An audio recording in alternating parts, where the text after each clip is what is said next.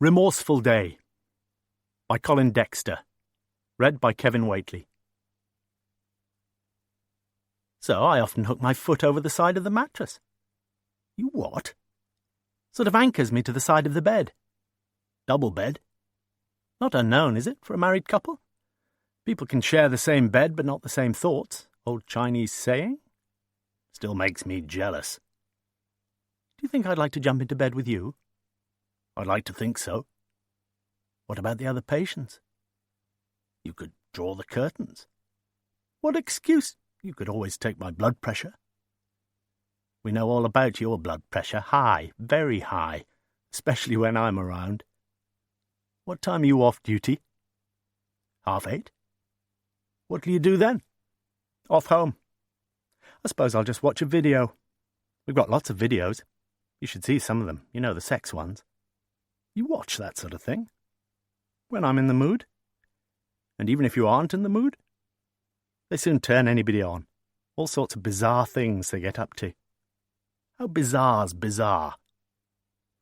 Well, in one of them there's this woman, about my age, lovely figure, wrists tied to the top of the four-poster bed, ankles tied to the bottom. How come you know so much about this? When we were in Amsterdam, they invited me to do some porno filming. Frank didn't mind. They made a pretty good offer. So you negotiated a fee? Hold on, I only said this particular woman was about my age and had a lovely figure. Will you come and give me a chaste little kiss before you go off duty? No. But I promise you one thing. As soon as you're out, I'll be in touch. Apart from Wagner, Schubert was one of the select composers who could occasionally transport him to the frontier of tears. And it was Schubert's turn in the early evening of Wednesday, the 15th of July, 1998, when Chief Inspector Morse was to be found in his North Oxford bachelor flat, sitting at his ease, an amply filled tumbler of pale Glenfiddich beside him. And why not? He was on a few days' furlough. Morse leaned back and rejoiced in the radiant warmth of Schwarzkopf's voice. A few moments later, his mood of pleasurable melancholy was shaken by 3 confident bursts on the front door bell. Not disturbing you? Morse made no direct reply, but his resigned look would have been sufficiently eloquent for most people. Most people. He opened the door widely, perforce needed so to do in order to accommodate his unexpected visitor within the comparatively narrow entrance. I'm disturbing you? No, it's just that... Look, matey, Chief Superintendent Strange cocked an ear towards the lounge. I don't give a damn if I'm disturbing you. Pity about disturbing old Schubert, though. For the 12th time in their acquaintance, Morse found himself quietly reappraising the man who first beached and then readjusted his vast bulk in an armchair with a series of expiratory grunts. Is that a single malt you're drinking there, Morse? It was only after Morse had filled, then refilled his visitor's glass that Strange came to the point of his evening call. You read the Times yesterday? I never read the Times. What, the bloody paper's there on the coffee table. Just for the crossword and the letters page. You don't read the obituaries? Well, perhaps just a glance sometimes. Strange nodded vaguely. You frightened to death? A bit. Strange suddenly picked up his second half-full tumbler of scotch and tossed it back at a draught, like a visitor downing an initiatory vodka at the Russian embassy. What about the telly, Morse? Did you watch News from Southeast last night? I don't seem to get around to watching anything. Really? Good job I got this done for you, then. Morse slowly read the photocopied article that Strange had handed to him. A man has rung the police anonymously with information that could help to identify the killer of Mrs. Yvonne Harrison, who was found handcuffed and battered to death a year ago. No clear motive has ever been established for the murder of the 48-year-old nurse, who was alone in her home in the Oxfordshire village of Lower Swinstead when her killer broke in through a ground-floor window. Detective Chief Superintendent Strange of Thames Valley CID said that a man had rung twice. We're very anxious to hear from this caller again as soon as possible. We believe that he can give us more information to substantially further our inquiries into this brutal murder. At the time of the murder, Mrs. Harrison's husband, Frank, was in London, where he works for the Swiss Helvetia Bank. Their son Simon works at the Daedalus Press in Oxford, Their daughter Sarah is a junior consultant in the Diabetes Centre at the Radcliffe Infirmary in Oxford. Morse handed back the photocopied article. No, keep it, Morse. I've got the original. Very kind of you, sir, but it interested you, perhaps? Only the bit at the end about the Radcliffe. Why is that? Well, as you know, I was in there myself after I was diagnosed. Christ, you make it sound as if you're the only one who's ever been bloody diagnosed. Morse held his peace, for his memory needed no jogging. Strange himself had been a patient in the selfsame Radcliffe Infirmary a year or so before his own hospitalisation. You know why I brought that cutting, Morse? No, to be honest with you, I don't much care. I'm on furlough, you know that. I need to have a quiet little rest cure and try to forget the great big world out there. Some of us can't forget it, though, can we? Strange spoke the words very softly, and Morse got to his feet and turned off the CD player. Not one of your greatest triumphs, that case, was it? One of the very few, Morse, I got no bloody way with. What's all this got to do with me? Strange further expanded his gargantuan girth as he further expanded. I thought, with a wife, I thought it'd help to stay in the force another year, but... Morse nodded sympathetically. Strange's wife had died very suddenly a year previously, victim of a coronary thrombosis. She'd been an unlovely woman, Mrs. Strange, yet a woman to whom, by all accounts, Strange had been deeply attached. Friends had agreed that the widower would have been wholly lost on his own had he jacked things in, as he'd intended the previous September, and in the end he'd been persuaded to continue for a further year. I want the case reopened. It worries me, you see. We should have got further than we did. I'd like you to look at the case again. If anyone can crack it, you can. Know why? Because you're just plain bloody lucky, Morse, that's why. Lucky? As he looked back over his own life and career, Morse had never considered his own lot a particularly lucky one, not at least in what folk referred to as the affairs of the heart. Strange may have had a point, though, for without doubt his record with the Thames Valley CID was the envy of most of his colleagues. His success rate, the result, as Morse analysed the matter, of all sorts of factors, a curious combination of hard thinking, hard drinking, the two for Morse being synonymous, hard work, usually undertaken by Sergeant Lewis, and yes, a sprinkling here and there of good fortune. Lucky, then? Well, a bit. The Chief Constable wouldn't look at any new investigation. Not unless we had some new evidence, which in our case, as the poet said, we've not got. This fellow that rang twice, he knows something, I'm sure of it. Morse shook his head. 2 anonymous phone calls? Just isn't worth the candle. But Strange seemed at ease again as he sank back even further in his chair. The case wouldn't be worth reopening unless...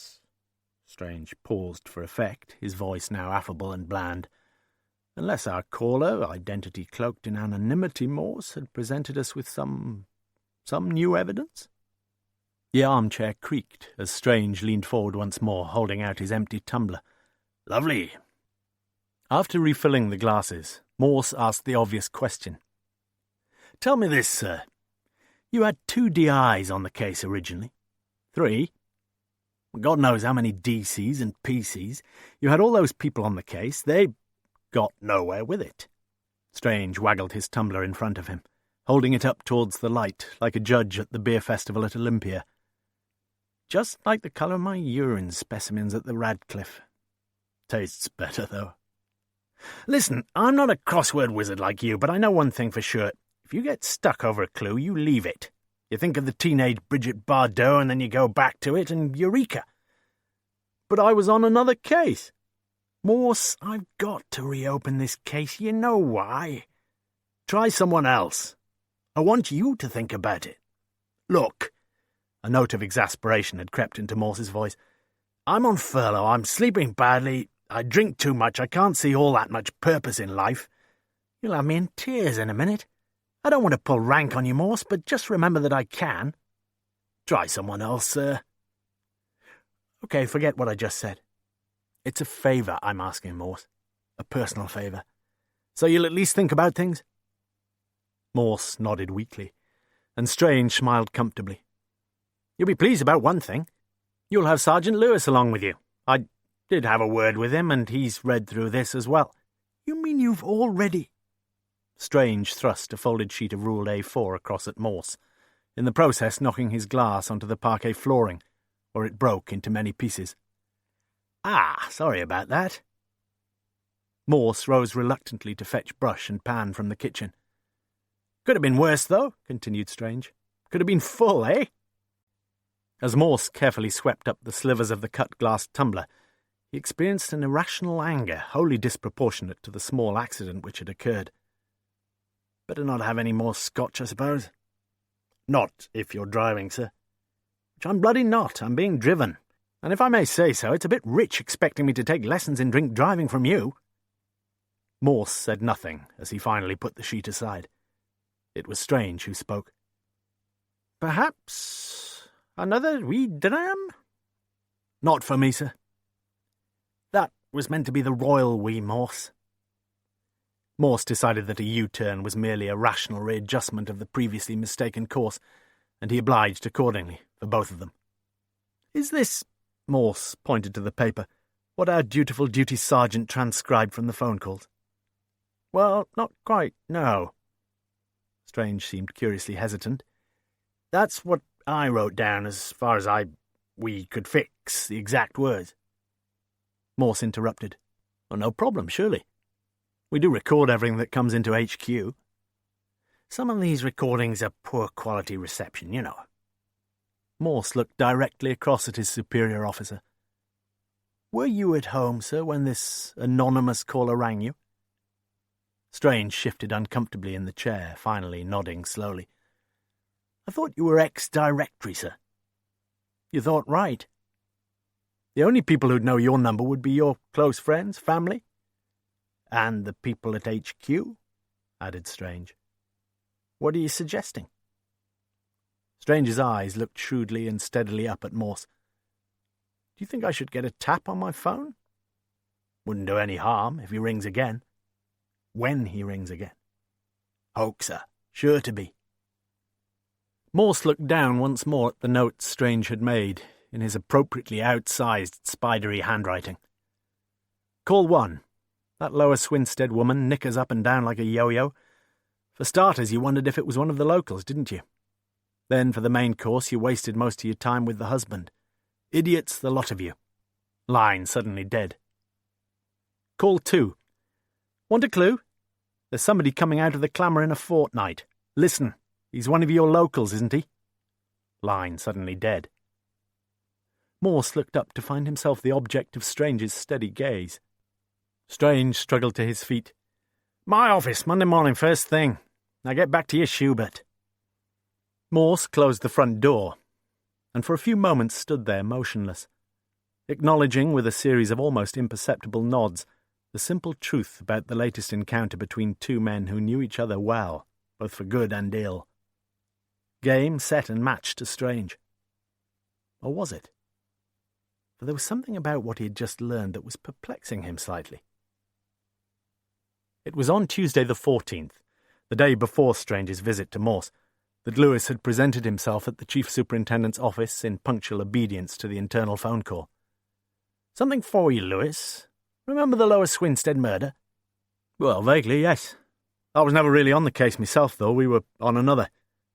"Well, you're on it now, from next Monday morning, that is, once Morse gets back from Bermuda." "He hasn't left Oxford, has he?" "Joke, Lewis." Strange beamed with bonhomie, settling his chin into his others. "The Chief Inspector's agreed." "Not much option, had he? And you enjoyed working with the old sod?" "Not always." "Well, he always enjoys working with you." A strangely gratified Lewis made no reply. Strange pointed to 3 bulging green box files stacked on the side of his desk. "Little bit of reading there. Chance for you to get a few moves ahead of Morse." Lewis picked up the files and held them awkwardly in front of him.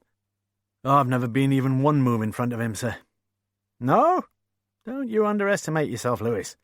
Let others do it for you." Professor Turner, the internationally renowned chief guru of the Radcliffe Infirmary's Diabetes Centre in Oxford, summoned Sarah Harrison to his office at 4:30 p.m. "You wanted to see me, sir?" "Look, let's forget this sir business, shall we? Please call me Robert." Sarah Harrison, a slimly attractive, brown-eyed brunette in her late 20s, felt her shoulder muscles relax a little. Not for long. "I've sat in with you once or twice, haven't I?" "3 times. And I think you're going to be good." "Thank you. But you're not quite good enough yet." "I'd hoped I was improving." "Well, certainly, but you're still strangely naive, I'm sorry to say. You seem to believe everything your patients tell you. I'm thinking of what they tell you about their blood sugar records, about their sexual competence, about their diet, about their alcohol intake. But they don't all of them make their answers up.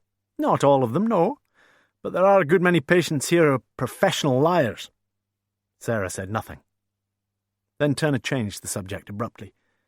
"I couldn't help seeing the articles in the newspapers." Sarah nodded. "Would it mean a lot to you if they found who murdered your mother?" "What do you think?" The tone of her voice bordered almost on the insolent. "Perhaps they'll put Morse onto it this time." Sarah's eyes locked steadily on his.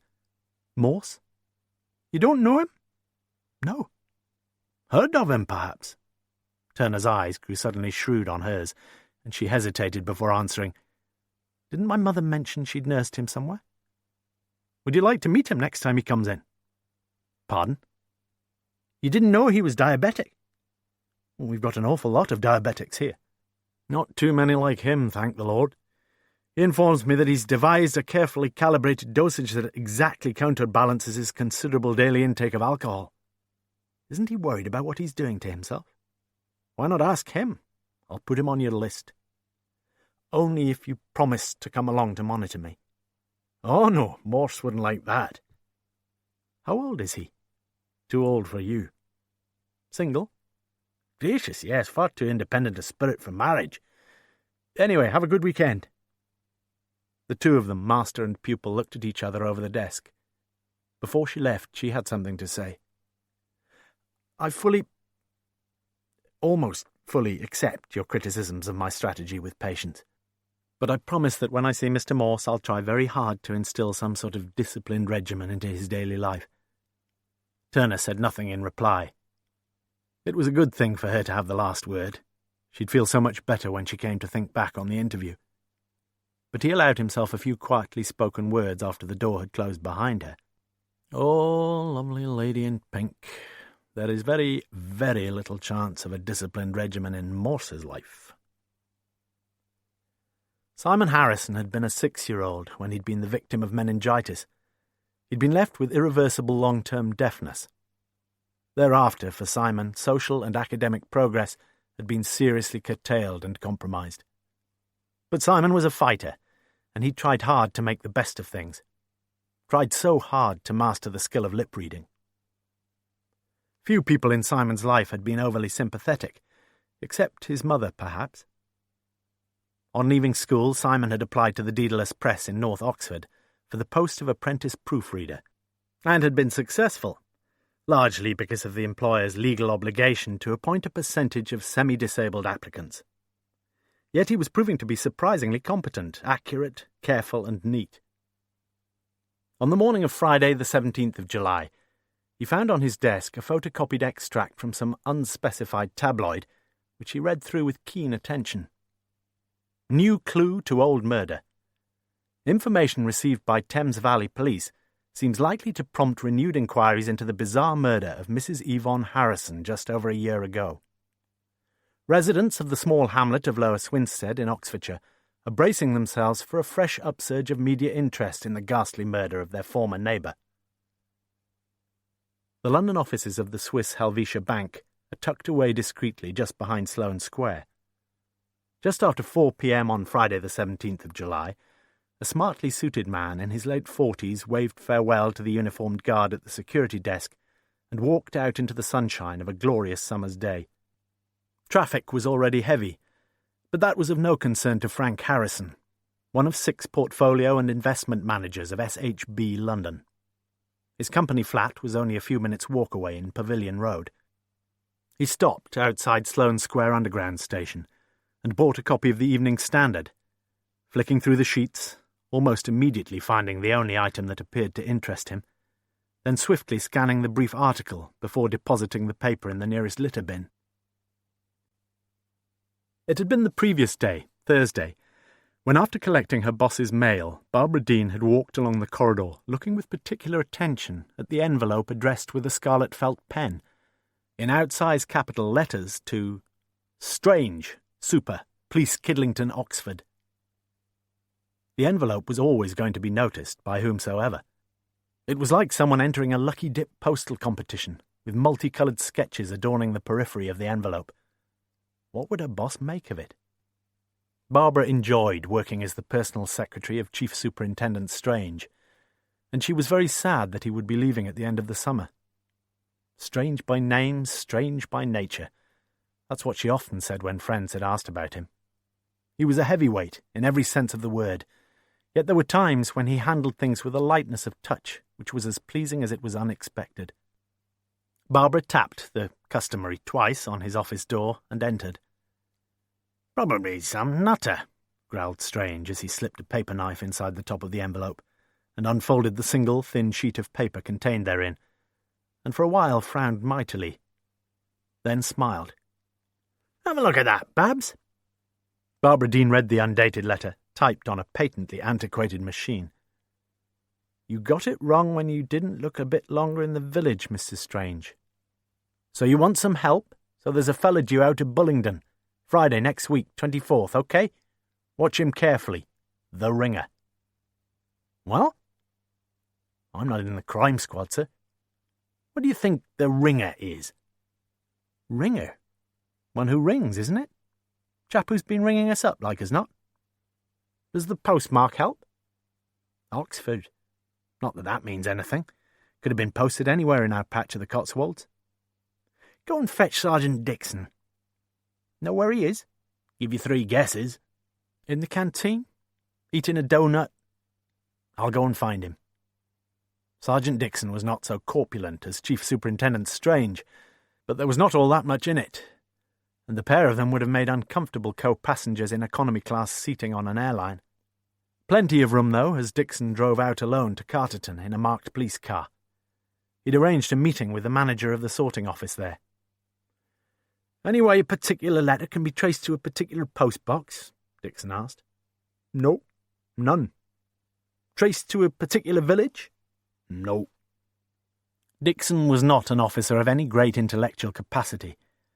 Indeed, Morse had once cruelly described him as the lowest watt bulb in the Thames Valley Force. And yet, as he looked down at his outsized black boots, he was thinking as hard as he'd thought for many a moon.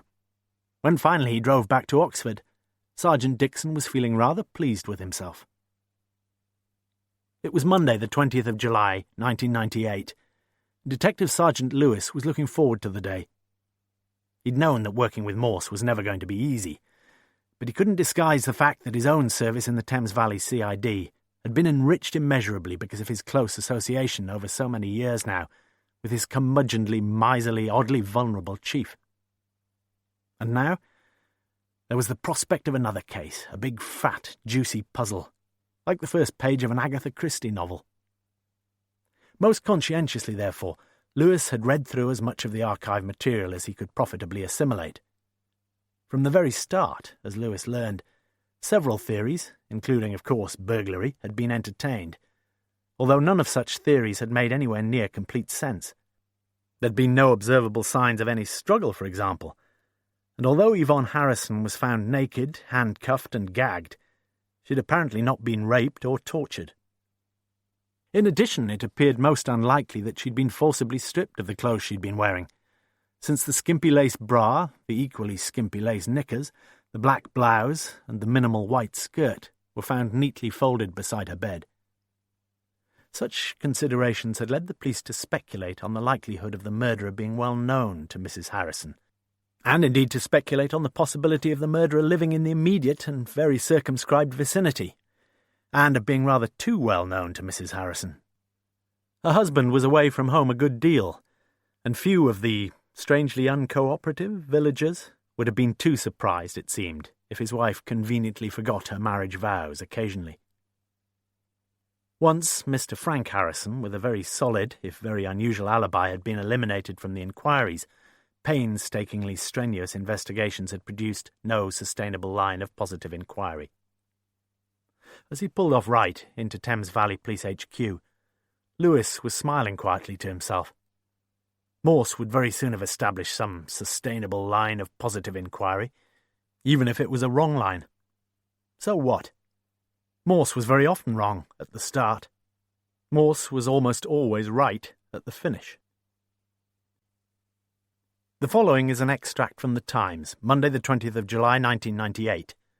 A village murder. It is only just over a year since the body of Mrs. Harrison was discovered in her Grade 2 listed Georgian house in the Cotswold village of Lower Swinstead. Yvonne Harrison, a fully qualified nurse, had resumed work in Oxford after her 2 children had left home, and on the evening of her murder had returned to an empty house, her husband Frank, as normally during the week, spending his time in his London apartment. With the smashed rear window, the burglary theory was at first the favourite, although there was no apparent theft. What was far more obvious to those who entered the house later that night was a body, the body of Yvonne Harrison lying on the bed in the main bedroom, naked, handcuffed and gagged. And dead. What immediately caught public interest was the fact that the man who discovered the body was none other than the murdered woman's husband.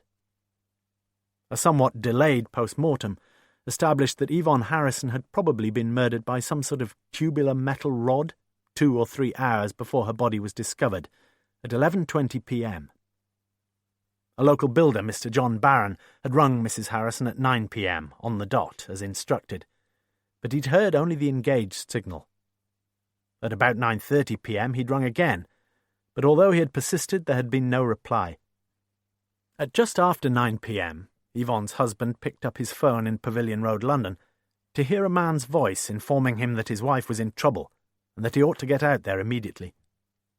With his BMW in for repairs, he took a taxi to Paddington, where he caught the 9:48 train to Oxford, arriving at 10:50, where he took another taxi for the 10-mile journey out to Lower Swinstead. When Mr. Patrick Flynn braked his radio taxi outside the Windhovers at 11:20 p.m, he saw a village mansion ablaze with lights, turned on in almost every room, and the burglar alarm box emitting sharp blue flashes and a continuous ringing. The front door stood open, and the rest is history. Or it was history, until a fortnight ago, when 2 anonymous phone calls were received at Thames Valley Police HQ, where it is the view of Chief Superintendent Strange that promising new lines of inquiry may soon be opened. That morning Lewis had been almost immediately apprised of the article in the Times. Lewis knocked deferentially on Morse's door before entering. "Welcome home, sir. Nice break?" "No." "You don't sound very shh." So Lewis sat down obediently in the chair opposite as his chief contemplated the last clue. Stiff examination 7, A blank T blank P blank Y. Then he immediately wrote in the answer and consulted his wristwatch. "Not bad, Lewis. 10.5 minutes. Well done. Have you done it, by the way?" "Pardon?" "That is the copy of today's Times you've got with you." "It's this article, sir, about the Harrison case." "So? We're supposed to be reopening the case, sir, you and me." "You and I, Lewis, and we're not." "But the super said you'd agreed." "When am I supposed to have agreed?" "Last week, Tuesday." "He came to see me on Wednesday." "You mean he hadn't seen you before he saw me?" "You're bright as a button this morning, Lewis." "But you must have agreed, surely." "In a way, but I was on a week's furlough, remember." Morse's blue eyes flashed across the desk. "So why agree to it if you've no stomach for it?" "Remember that fellow in Holy Writ, Lewis? I also am a man set under authority. I'm just like him, under authority. Strange doesn't ask me to do something, he tells me." The ringing of the telephone on Morse's desk cut across the tetchy exchange. "Morse?" "Sir?" "You ready?" "Shall I bring Sergeant Lewis along?" "Please yourself." The phone was dead. That was strange. I could hear. "I'd like you to come along. All right with you?" Lewis nodded. I'm a man under authority too. Lewis, quote it accurately. A man set under authority. Sorry. It was 8:45 a.m. Ah, Morse, Lewis. Strange contrived to beam expansively at his two subordinates, and especially at Morse. What does the Ringer mean to you? Story by Edgar Wallace. I read it in my youth. What about you, Sergeant? You ever read Edgar Wallace? Me? Lewis grinned weakly. No, sir, I was a Beano boy myself. Anything else, Morse? A campanologist? Could be. Morse sat silently on. Anything else? It's a horse that's raced under the name of a different horse, a practice, so they tell me, occasionally employed by unscrupulous owners. Morse sat silently on. Anything else? I can think of nothing else. What about this, then? Suddenly, confidently, Strange thrust the letter across the desk, and after a prolonged perusal, Morse handed it back, without comment. Well? You think it's the fellow who decided to ring you? Ring me twice? It's a possibility. Where do you think it was posted? Dunno. You'll have to show me the envelope. Yes. You're expecting me to say Lower Swinstead? No, just waiting for your answer. Lower Swinstead. Explain that, then. Strange produced a white envelope, on which, above the lurid red capitals, the pewter gold first-class stamp was cancelled with a circular franking Oxford, 7:15 p.m., 15th of July, 98. All right, conceded Morse. I'll try another guess. What about Oxford? What about the writing on the envelope? Probably an A-level examiner using up one of his red pens. He's a nutter, sir. We always get them, you know that. Oh, thank you, Morse. Strange leaned back expansively. When I asked Sergeant Dixon where he thought the letter was posted, he agreed with you, Lower Swinstead. And when I showed him the postmark, he said it might still have been posted there, because he knew that some of the letters from that part of the Cotswolds were brought to Oxford for franking. So he went out, did a bit of legwork, and he traced the fellow who did the collections last week, and the postman remembered the envelope. There'd only been 3 letters that day in the box, and he'd noticed one of them in particular because of the red pen. Not surprising, eh? Perhaps you ought to start eating doughnuts, Morse. They won't let me have any sugar these days, sir. There's no sugar in beer, you're saying? Morse said nothing. One of these days, perhaps, persisted Strange quietly, you might revise your opinion of Dixon. Why not put him in charge of the case? I'll tell you exactly why I'm not putting that idiot Dixon in charge, because I've already put somebody else in charge, you and Lewis, remember? Lewis, maybe, sir, but I can't do it. Feeling most uncomfortable during these exchanges, Lewis watched the colour rise in Strange's cheeks as several times his mouth opened and closed like that of a stranded goldfish. You do realise you've got little say in this matter, Chief Inspector? What I'm doing as your superior officer is telling you that you've been assigned to a particular duty, that's all. Morse rose slowly to his feet, signalling Lewis to do the same. When Harry Rep stepped out of Her Majesty's Prison Bullingdon on Friday the 24th of July, he looked at his wristwatch, repeatedly glancing around him as if he might be expecting someone to meet him. But there seemed to be no one, so he walked slowly down towards the bus stop and towards freedom. Strange's instructions to Lewis had been vague in the extreme. Keep an eye on him, see where he goes, and, generally, you know. Lewis was now keeping watch on the bus stop, only 50 yards away, where 2 men, Rep and a ferrety-looking fellow, stood waiting. A few minutes later, the 2 men boarded a virtually empty bus. Lewis moved smoothly into gear and followed discreetly, not at all unhappy when another, rather posh car interposed itself between him and the bus. Another posh car behind him, for that matter.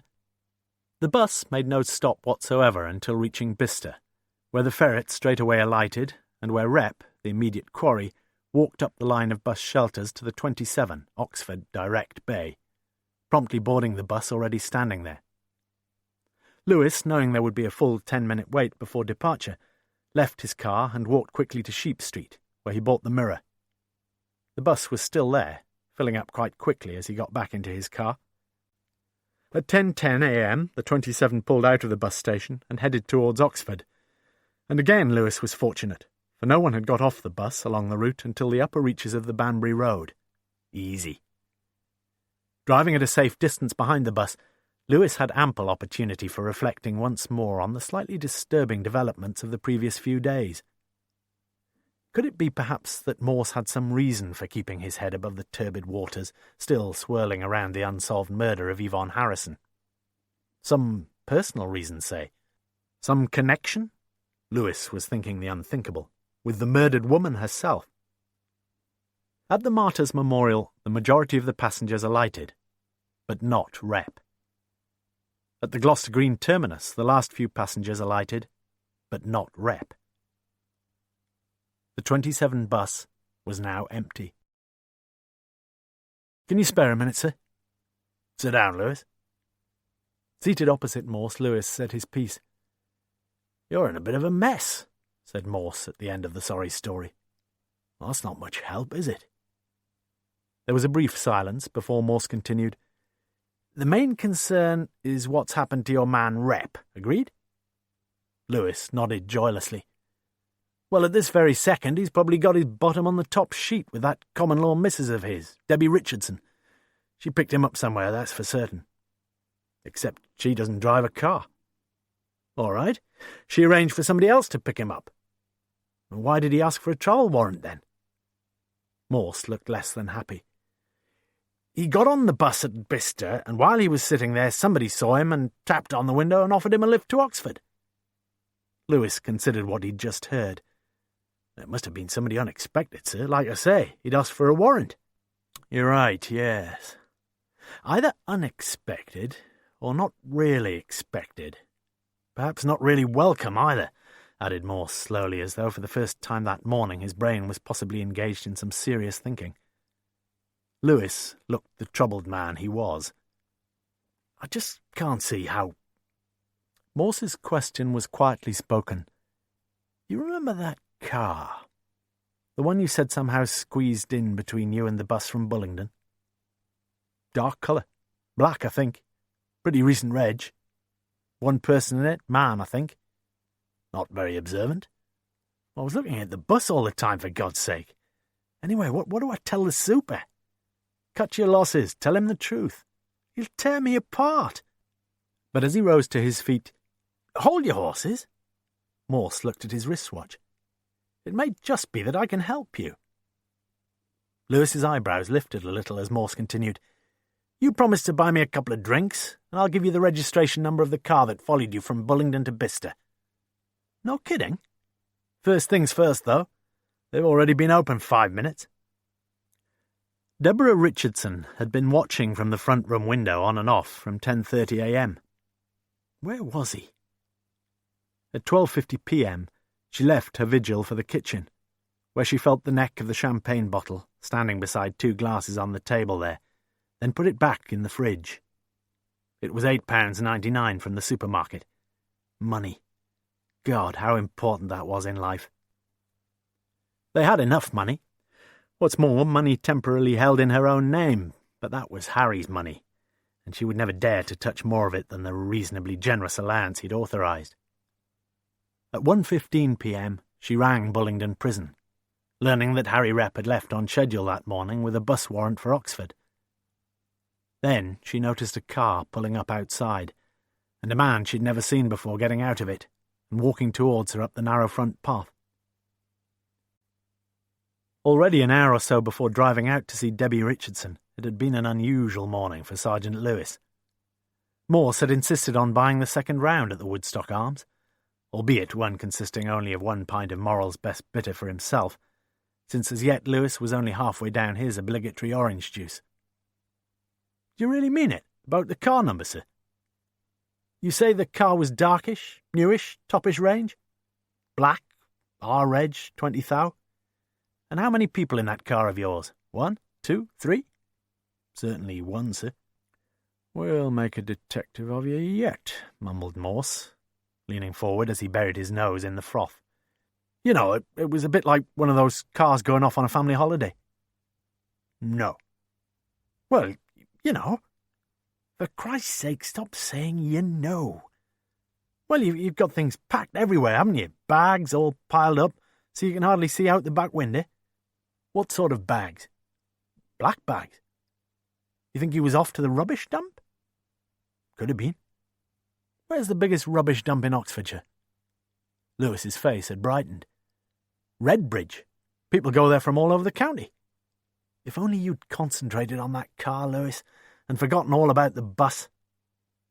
I just don't understand why you're so interested in the car. Rep was on the bus. So you keep saying, said Morse quietly. But you're not right, are you? Rep wasn't on the bus.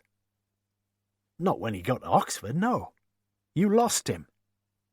Lewis drained his orange juice. Yep, I lost him, and that's exactly why I need a bit of help. Like the number of that car, you mean? If you think it'll help.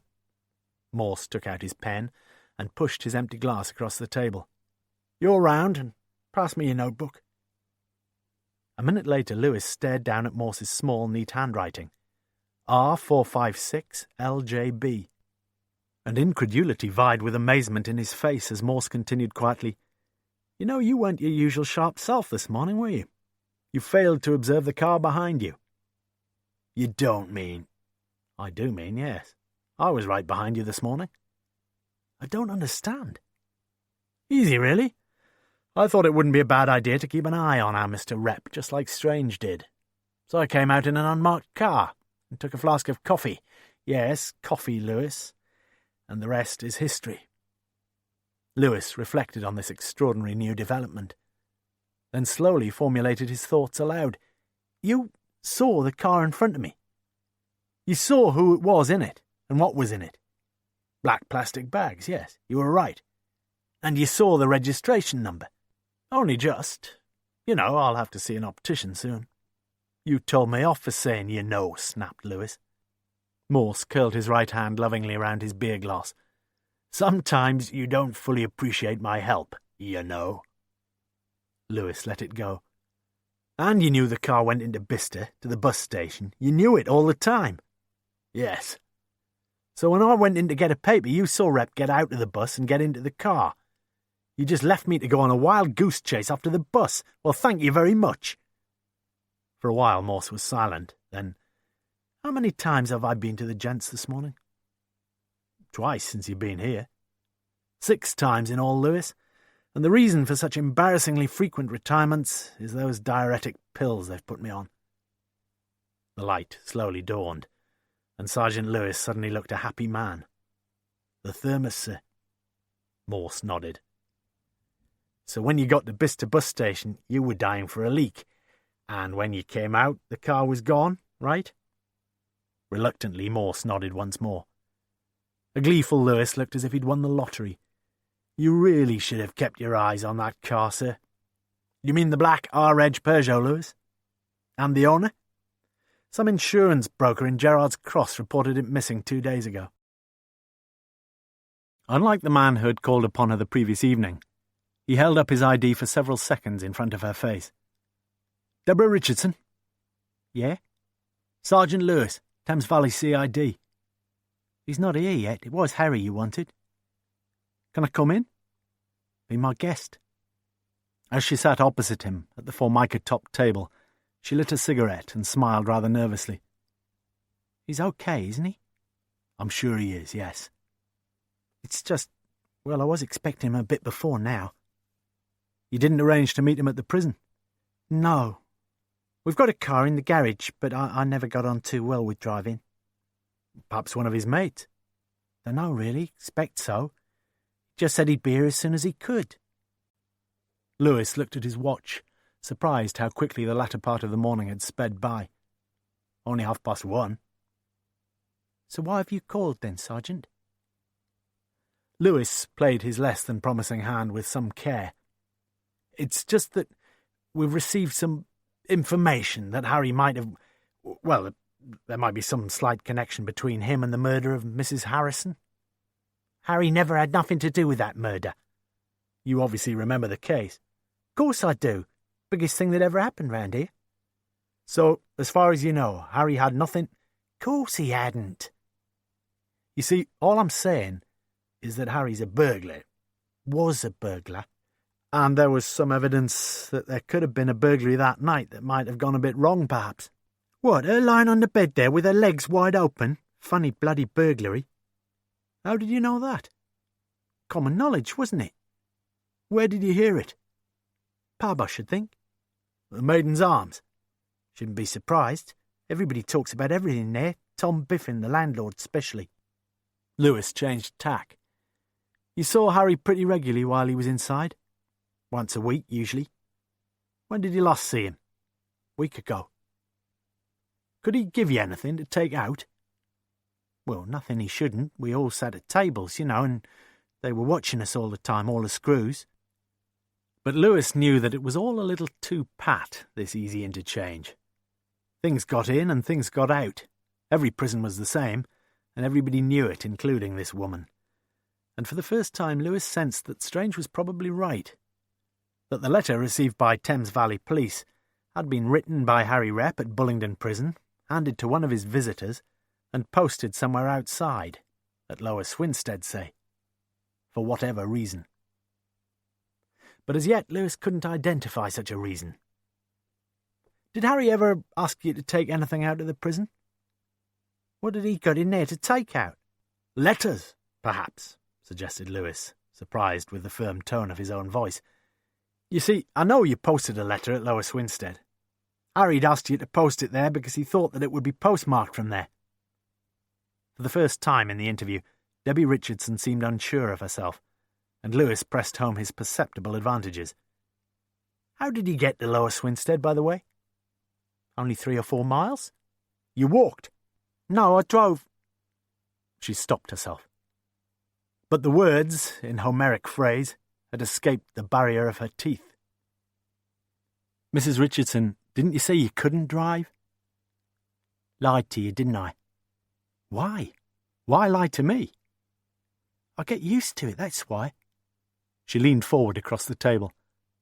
How often do you go to the pub there, the Maiden's Arms? Often as I can. But open all day, is it? What's all this quizzing about?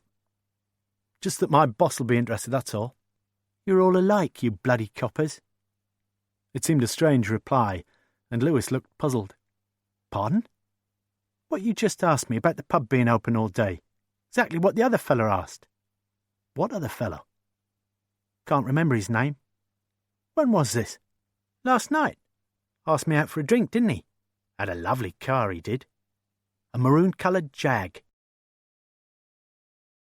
Stan Cox nodded towards the Jag parked outside his office window in the Redbridge Waste Disposal Centre. Not for scrap, is she? Getting on a bit, conceded Morse. Sounds a bit like the missus. Ah, yes. Morse's smile was even weaker than the witticism as he looked around the cramped office, his eyes catching a girly calendar in the corner, from which a provocatively bare-breasted bimbo stared back at him. So, what can we do for you, Chief? Morse told him, making most of it up as he went along. Do you reckon, he'd asked, you could dispose of a body here? In one of your, only in one of the compactor bins. The others are a bit too open, really. Black bag, say. Put a body in it. Just chuck it in. You'd need a big bag. Well, let's say we've got a big bag. Heavy things, bodies, 10, 12 stone, say. You couldn't just... Well, unless you had 2 people, I suppose. Or cut the body in half, perhaps. Still a bit awkward, wouldn't you think, unless it was stiff, of course. Yes. How would you get rid of a body here? Well, if it were a little un, like I said, I'd go for the compactor bin. They got ramps that go back and forward regular like, and everything soon gets pushed through into the back of the bin. Doubt anybody'd notice it, really. Not this end, anyway. There's another end. Sutton Courtenay, yes, out near Didcot. The bins get driven out there to the landfill site. Somebody might notice something there, I suppose. Funny, isn't it? Dustmen always seem to notice some things, don't they? They refused to take my little bag of grass cuttings last week. Ah, now you're talking business, sir. Put a human head in the bottom of the bag, though, and you'd probably get away with it. Right. It was still only 2:30 p.m. that same day, when Lewis pulled into the small car park of the Maiden's Arms, Lower Swinstead's only public house. At a table by the sole window of the small bar, sat two aged villagers drinking beer from straight pint glasses and playing cribbage. Only one other customer, a greasy-haired youth, who stood feeding coin after coin into an unresponsive fruit machine. Lewis showed his ID and asked for the landlord. Tom Biffin was small of stature and wide of body, his weather-beaten features framed with a grizzly beard. Lewis came to the point without preamble. "You know a woman called Deborah Richardson?" "Debbie? Oh, yeah, everybody knows Debbie." Lewis continued, "Her partner's been released from prison this morning. You know Harry Rep?" "Harry? Oh, yeah." "Well, he's not been in this morning." "I'd have seen him if he had, wouldn't I?" "It's just that he's not been home yet, that's all. And we want to make sure he's okay." "Having a noggin or two somewhere, I shouldn't wonder." He held a proprietorially polished glass up to the light, like a radiographer examining an X-ray. "You're going to ask me about the murder, I know that. There's been things in the papers. We're all interested." "Lots of rumours, weren't there? You know, about Mrs. Harrison. Having a bit on the side, perhaps?" "Well, it weren't me. And Alf and Bert here, they're both a bit past it now." "Speak for yourself," from one of the septuagenarians. "Did she ever come in here with any men?" Biff shook his head indeterminately. "Must have been rumours, though. Never heard any myself." Biff looked over Lewis's shoulder. "You ever hear any rumours, lads?" "Not me," said Bert. "Nor me," said Alf. Lewis felt certain that all three of them were lying, and according to the report, the police on the original inquiry had felt very much the same. "Drink on the house, sir?" Lewis declined and bade his farewell, nodding to the card players as he walked to the door. He walked slowly round to the car park, noting the plaque on the side wall, "Parking strictly for customers. Other vehicles will be clamped. Release fee £25. Need more than that, thought Lewis, to unclamp a small community which was so clearly still maintaining its conspiracy of silence. But Lewis was wrong. As he took out his car keys, he saw the youth who had just been feeding the fruits of his labours into the fruit machine, waiting for him. "Police, ain't ya?" "Yes. And you are?" "Alan Thomas. You was asking about things in there." "I'm always asking about things." "Just that somebody else was asking them same sort of questions, see? Couldn't help hearing, could I? And this fella, he was asking me a few things about Mrs. Harrison, about if I'd ever seen her with any fella in the pub, but I couldn't quite remember. Not at the time." "You remember now, though?" "Right on the nail, copper. Told me to give him a buzz if I suddenly remembered something. Said, it might be worthwhile, like." "Why didn't you ring him?" "Well, that's just it, though. I'd seen her with the fella that asked me. See, same bleeding fella." "You mean it was him you'd seen with Mrs. Harrison?" "Right on the nail, copper." "He gave you his name?" "No, gave me his phone number, though." The youth produced a circular beer mat from his pocket. Lewis looked down at a telephone number written in the small, neat hand he knew so well. The personal ex-directory telephone number of Chief Inspector Morse. Chief Inspector Morse stood amid a wilderness of waste, a red safety helmet on his head. On impulse, he'd driven to the landfill site on the outskirts of Sutton Courtenay. Morse had been driven out to the tipping area, where virtually continuous convoys of lorries from the whole of Oxfordshire were raising the telescopic legs of container cargoes to some 45 degrees as they began to tip their loads. He voiced his thoughts. If a driver dumped a body, well, he wouldn't really know much about it, would he? Colin Rice, the site manager, hesitated a while before replying. If anybody'd see anything, it'd be those chaps on the levellers. They're looking forward at all the rubbish, see? You wouldn't be able to pinpoint the place where any lorry loads from Redbridge. The site manager shook his head. No chance. Morse decided to quit the unequal struggle. He kicked a hole in one of the black plastic bags at his feet and briefly surveyed the nauseating mixture of spaghetti and tomatoes that oozed therefrom like the innards of a road-squashed rabbit. When later that same afternoon Lewis arrived back at Kidlington HQ, he felt more confident in himself than he'd been for a long, long while. In almost all previous cases, he'd usually reached first base, only to find that Morse was already sprinting off to second base, and so on, all around the baseball pitch. so now he decided to do a little sprinting for himself. First, he rang Redbridge, only to discover that Morse had already visited the site. Second, he rang Sutton Courtenay, only to discover that Morse had already visited the site, and where he'd pronounced that any search of said site was quite certainly foredoomed to failure. So Lewis had coolly countermanded these instructions. It was as if he, Lewis, was taking charge of the case. Well, he was, wasn't he? A single Xerox sheet had been handed out that Saturday morning to permanent on-site personnel. Thames Valley Police have advised of the possibility of a human body, probably bagged, being recently conveyed from the Redbridge Centre in Oxford. Everyone is asked to be extra vigilant and to report anything unusual or usual, provided it's a body. Just after the start of the shift, a colleague shouted across at Jim, waving a copy of the memo. "Better keep your eyes open. What's the reward? Night with Sophia Loren in the Savoy." Jim braked his tractor at 10:05 and jumped down from his cab onto the semi-compacted mound of recently deposited rubbish. It was not that the specific item he'd spotted was unusual in any way. In fact, any pair of shoes was a very common sight. But this pair were the only objects sticking out of a large black bag. What's more, they seemed strangely reluctant to drop out of that large black bag. Jim tore one side of the plastic. Christ! He turned away to vomit full-throatedly.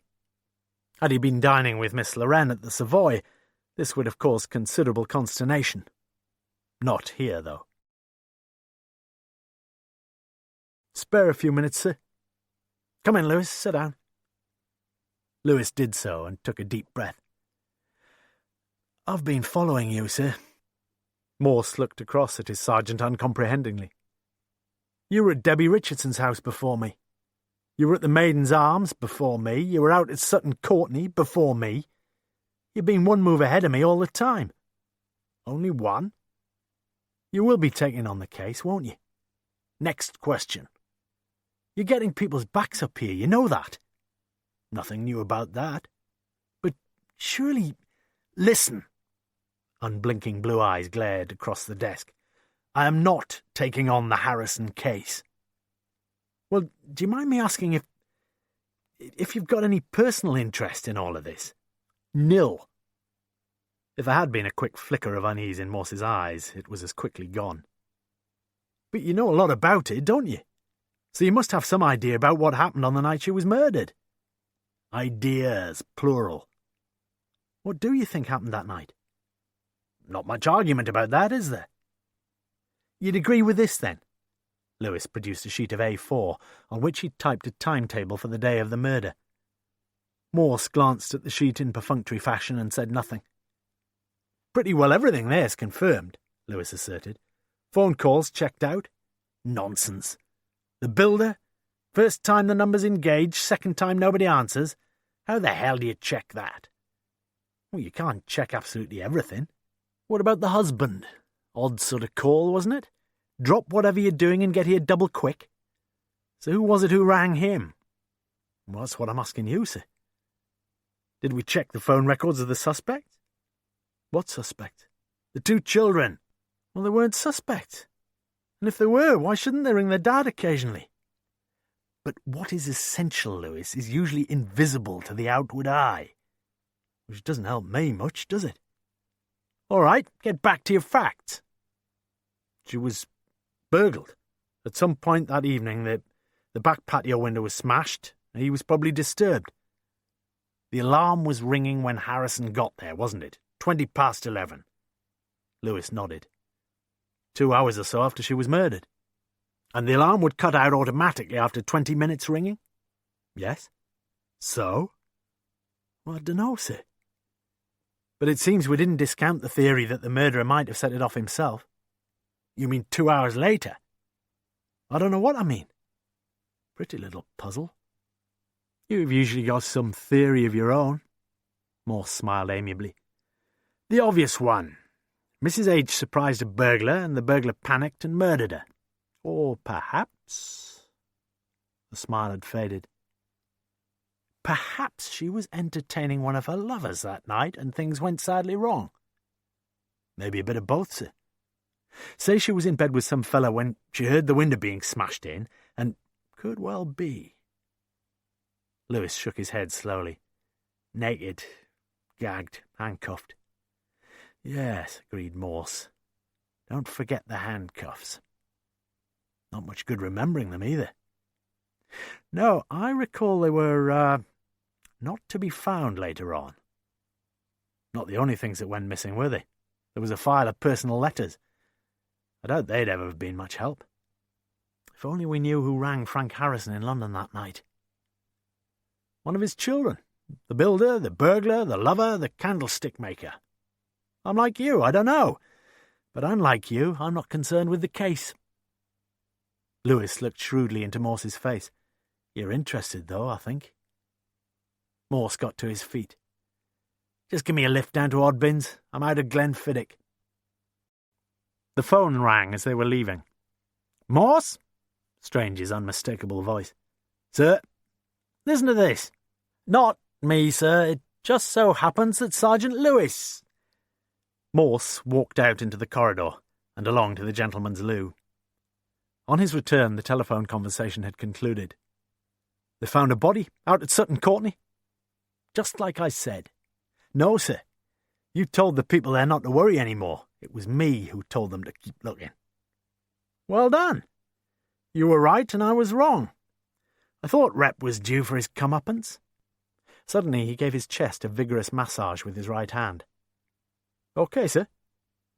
Bit of indigestion. They found the body, you say? Half an hour ago. You'd better get off then. Will you come along? Certainly not. It was a nasty piece of work. Good riddance, Harry Rep. After an excited Lewis had dropped him off at Oddbins, Morse picked up 2 bottles of single malt Glenfiddich, then walked further down the Summertown shops to Boots, where he bought 2 large boxes of Alka-Seltzer, 60 tablets in all, and 2 packets of extra-strength Bisodol, 60 tablets in all. He walked slowly towards his bachelor flat, a free afternoon, for which, in his believing days, he would have given thanks to the Almighty. He half-filled a tumbler with Glenfiddich, then topped it up with commensurate tap water. Such dilution would, as Morse knew, mark him out in the eyes of many a Scot as a sacrilegious Sassenach. But according to his GP, the liver preferred things that way, and Morse's liver, according to the same source, was in need of a bit of tender loving care. In the living room, he selected Bruno Walter's early recording of Die Valkyrie. Wonderful. So Morse turned the volume control to maximum and heard neither of the telephone calls made to his ex-directory number that afternoon, conscious only that he was falling deliciously asleep. It was coming up to 2:45 p.m. when Morse jerked abruptly awake. He felt tired, hot, thirsty, and a sharp pain in his chest betokened another bout of indigestion. In the bathroom he cleaned his teeth and dropped 3 Alka-Seltzer tablets into a glass of water. The tablets fizzed and dissolved, and he downed the dosage at a single draught. Suddenly he decided to follow his consultant's somewhat despairing exhortation to take a bit of exercise occasionally. Why not? It was a warm and gentle summer's day. In the small entrance hall he noticed the figure 2 on the window of his answer phone. Pressing play, he listened to the first message. Morse? Janet. I hope to be back in Oxford on the 14th, so you'll be able to take me somewhere. To bed, perhaps? Bye.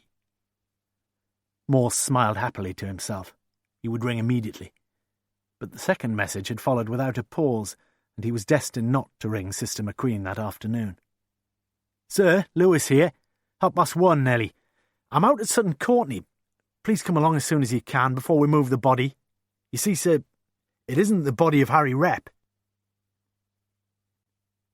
It was just after 4 p.m. that same Saturday afternoon when Morse and Lewis finally sat down together in the requisitioned office of the site manager. Straight away I knew it wasn't him, sir, when I saw his arms. Harry Rep had this tattoo, all twisted chains and anchors, you know, a sort of... Lewis undulated his hands vertically, as if tracing a woman's willowy figure. Morse nodded. Well, this fellow's not got any, has he?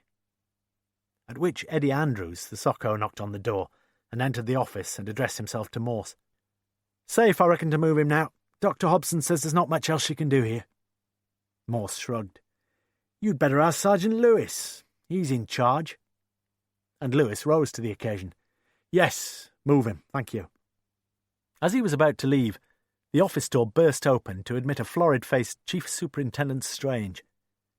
You've ruined my afternoon's golf, Lewis, you know that?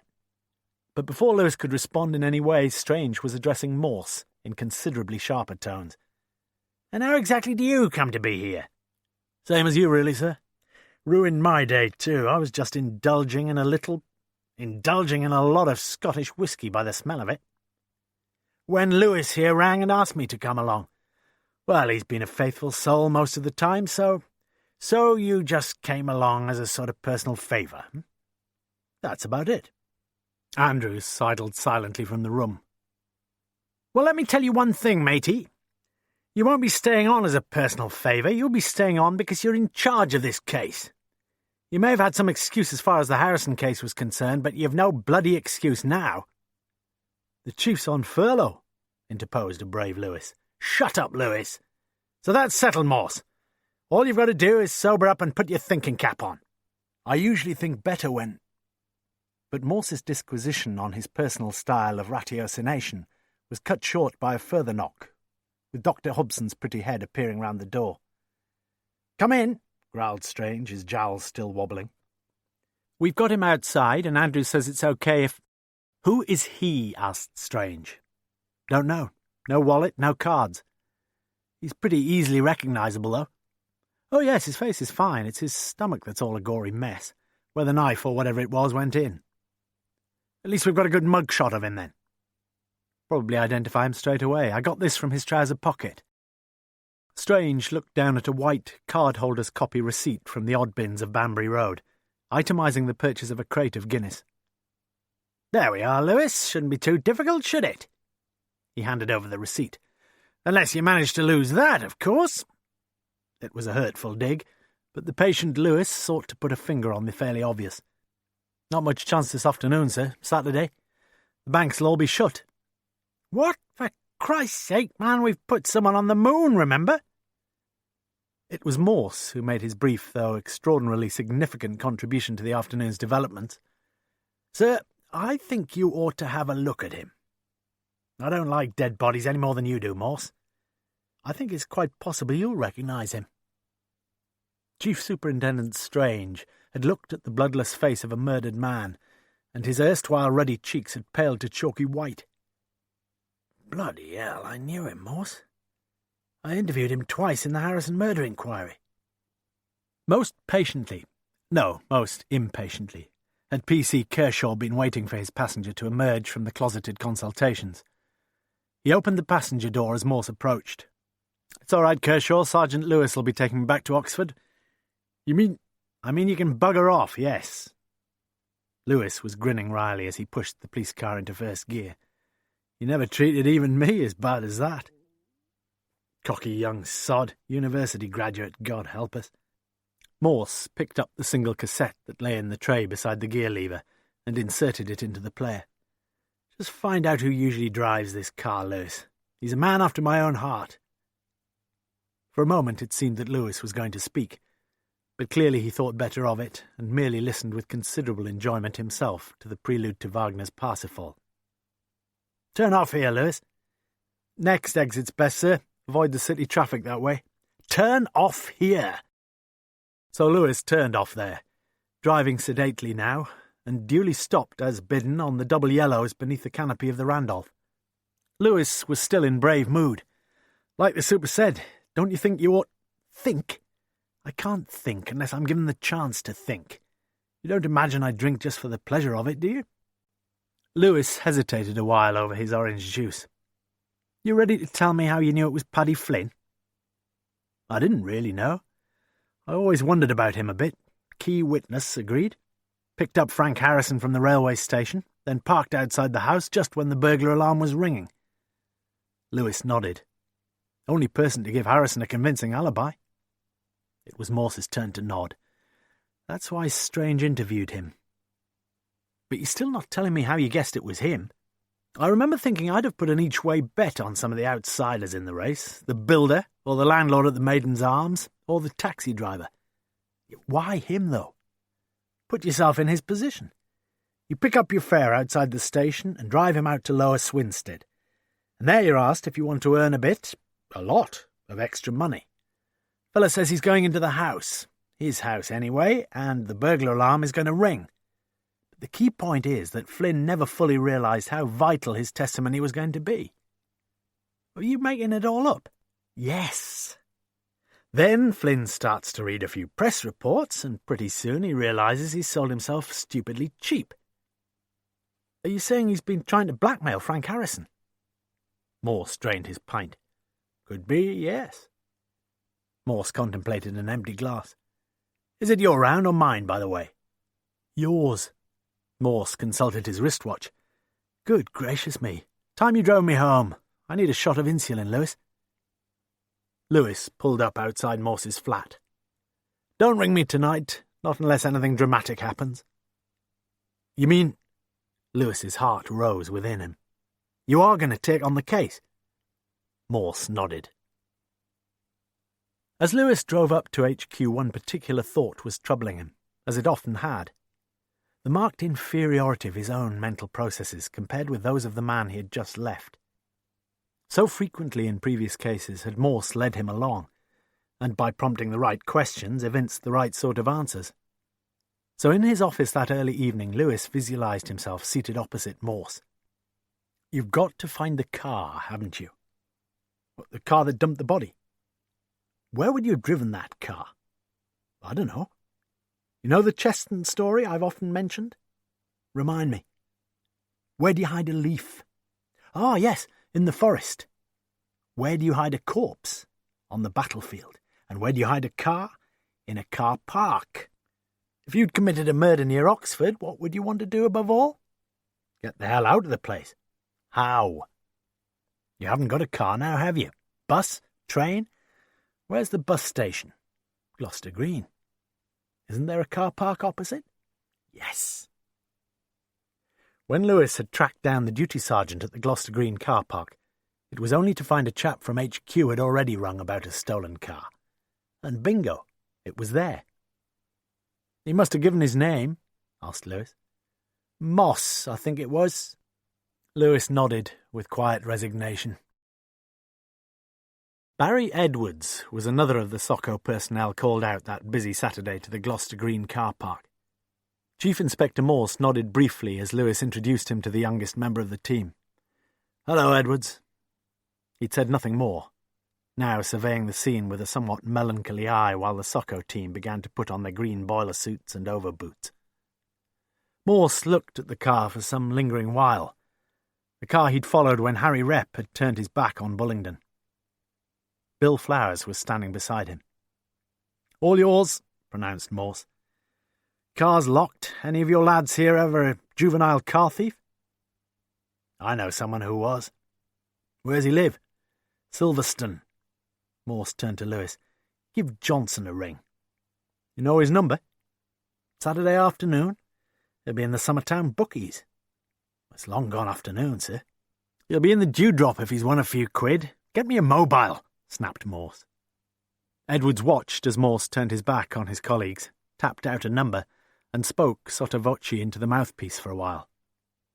There was a further 20-minute wait before a rusting Ford pulled up, and a sparely built, nondescript man emerged from the passenger seat. Mr. Morse? The latter pointed to the car. Fee, is there? Just open it, Johnson. The key wizard made no further remonstration, as he winched a bunch of skeleton keys and bits of wire from his right-hand trouser pocket. Then, turning his back on his expectant audience, he surveyed the problem synoptically, like Capablanca contemplating his next move in the World Chess Championship. 15 seconds later, there was a quiet clunk as the catches on the 4 doors sprang upwards in simultaneous freedom. R456LJB was open for inspection. After pulling on a pair of green latex gloves, Flowers now opened the 2 offside doors, and Morse glanced over the front seats before contemplating for a good deal longer the darkly glutinous covering of blood that stained the seats and flooring in the back. with a softly spoken, "OK." He was walking away when Johnson tapped him on the shoulder. "You mentioned expenses, Mr. Morse." "I did, you're right." Morse felt in his pockets and pulled out a handful of coins. 85p, isn't it, the bus fare to St. Giles? And you're right, you've got to get back. He handed Johnson 2 £1 coins. "Keep the change. You can buy a copy of the Times to read on the ride back." "Wrong, ain't you, Mr. Morse? Times is 50p Saturdays." Unsmiling, Morse handed over a further 20p, and the pair parted without any further word. Morse was a few steps ahead of Lewis on his way to the pub. "We'd better leave 'em for half an hour or so. They won't want us breathing down their necks." Then he stopped, turned round, stepped back to the scene of the crime, ordered Flowers to open the boot. Not himself knowing the identity of the body he now saw curled up in fetal configuration there, young Edwards was to remember that particular moment with an oddly inappropriate sense of gratitude. For he saw the colour of Morse's cheeks fade by swiftly developing degrees from dingy yellow to sickly white, and watched as of a sudden the great man turned away and vomited violently over the recently renovated tarmac. Morse, after disappearing into the gents for several long minutes, now sank his nose into the deep head on the Guinness. Just the stuff if you've got a foul taste in the throat. Giving his chief a little while to recover some measure of dignity, Lewis gazed around him. Then he asked him, "Was it a surprise to you, finding Harry Rep's body in the boot?" Morse nodded as he wiped away a white moustache. "This morning I thought I had a fair idea about what we were dealing with. But now that I'm perfectly sure that I've none—" For Lewis it was a sombre moment, and he sipped his orange juice with little joy. "May I come in?" asked Morse. Apart from the minimal towel held in front of her body, Debbie Richardson was naked. "Just wait there a sec, I'll just—" She reclosed the door, and Morse stood, as she had bidden, on the threshold until she reopened it. They sat opposite each other in the kitchen. "It's about Harry, isn't it?" she ventured. "Yes." "He's dead, isn't he?" "He's been murdered," said Morse flatly. She got to her feet and turned to the sink, where she moulded her hands into a shallow receptacle under the cold tap. As they had spoken at the kitchen table, Morse had observed that whatever else Debbie Richardson had done behind the closed front door, she had certainly not been searching for a bra, and now, as she leaned forward and held her face in the water, he observed she'd had no thought for any knickers either. A provocative prick-teaser, that was what she was. Morse knew it. Had known it when they'd met that once before. He felt fairly sure that she'd been upstairs when he'd rung the bell, for the light had been on in the front bedroom with the night now drawing in. Whilst she had stood silently at the sink, he had strained his ears as acutely as any astronomer waiting for the faintest bleep from outer space. But of any other presence in the house, there had been no sound at all. No sight at all either, except for the 2 unwashed wine glasses that stood on the draining board, a heel tap of red in each of them. Morse watched her almost disinterestedly as she returned to the table. Quietly, as gently as he could, he told her almost as much as he knew of what had happened that day, and of the help that immediately awaited her should she so need it. Advice, comfort, counselling. But she shook her head. She needed nothing of that. A tear ran hurriedly down her right cheek, and Morse handed her a handkerchief. She looked at him, unblinking, eye to eye. "You know, it doesn't hit you for a start, does it? But it's true, isn't it? Harry's dead." Morse nodded. "You'll be all right, though. You're a tough girl." Her cheeks were dry now, unfurrowed by a single tear. Yet for that moment Morse felt a deep compassion, as with the gentlest touch he laid his right hand briefly on her shoulder, before walking slowly along the path that led towards the road. Once in the car, Morse turned to Sergeant Dixon. "Well?" "Light went off upstairs as soon as you rung the bell, sir." "Sure of that?" "Gospel." "Anyone leave, do you think?" "Must have been out the back if they did." "What about the cars parked here?" "I took a list, like you said. There was an old Volvo parked at the far end there. Not there any longer, though." "And?" Dixon grinned as happily as if he were contemplating a plate of doughnuts. Car owned by someone from Lower Swinstead, landlord of the Maiden's Arms. Mr. Morse? The white-coated, slimly attractive brunette led Morse to a consulting room. A name, black lettering on a white card on the door. Dr. Sarah Harrison. You knew my mother a bit, I believe, she said as she opened a buff-coloured folder. Morse nodded but made no comment. A quarter of an hour later, the medical side of matters was over. Morse had not attempted to be overly clever, just short and reasonably honest in his replies. These readings, are they genuine? Partly, yes. How's the drink going? Rather too quickly. It's your liver, you know. Yes. Any problems with sex? I've always had problems with sex. You know what I mean, sex drive. I'm a bachelor. What's that got to do with it? Just that I lead a reasonably celibate life? It is my job to ask these questions, you understand that? The dark brown eyes were growing progressively less angry as she examined his feet and then his eyes. Morse was slowly pulling on his socks. Why haven't you mentioned the murders, Doctor? They're all over the national papers. I bought 6 of them yesterday, if you must know. Your father, your brother, Simon, isn't it? Do they know? I've not seen Simon recently. You could have phoned him. Simon is not the sort of person you phone. He's deaf, as you probably know anyway. And your father? Repeated Morse. Oddly enough, I saw him last week. He came to stay with me for a couple of nights. Which nights? Is this the Inquisition? It is my job to ask these questions. You understand that? Touché. Okay. It was Wednesday and Thursday he stayed. Don't be cross with me, said Morse gently as he got to his feet and left the consulting room. After the door had closed behind him, Sarah dialed 9 for an outside line on the phone there, then called a number. Hello? Could you put me through to Simon Harrison, please?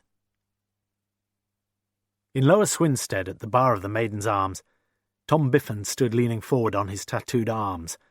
Very quiet so far for a Saturday, just the 2 hardy perennials, horns already locked over the continuous cribbage, and the pale-faced youth already squaring up to the fruit machine. It was 20 minutes later that the 4th customer arrived. Usual. The newcomer nodded and placed the requisite monies on the counter. The white van in the car park economically proclaimed the newcomer's profession. J. Barron, builder. Not out at Debbie's today, John? What do you think, the day after the funeral? No. Have you seen her since Harry? No. Thought they'd like to be on their own, like, you know, the day after they let him out and all that. What exactly are you doing for Debbie?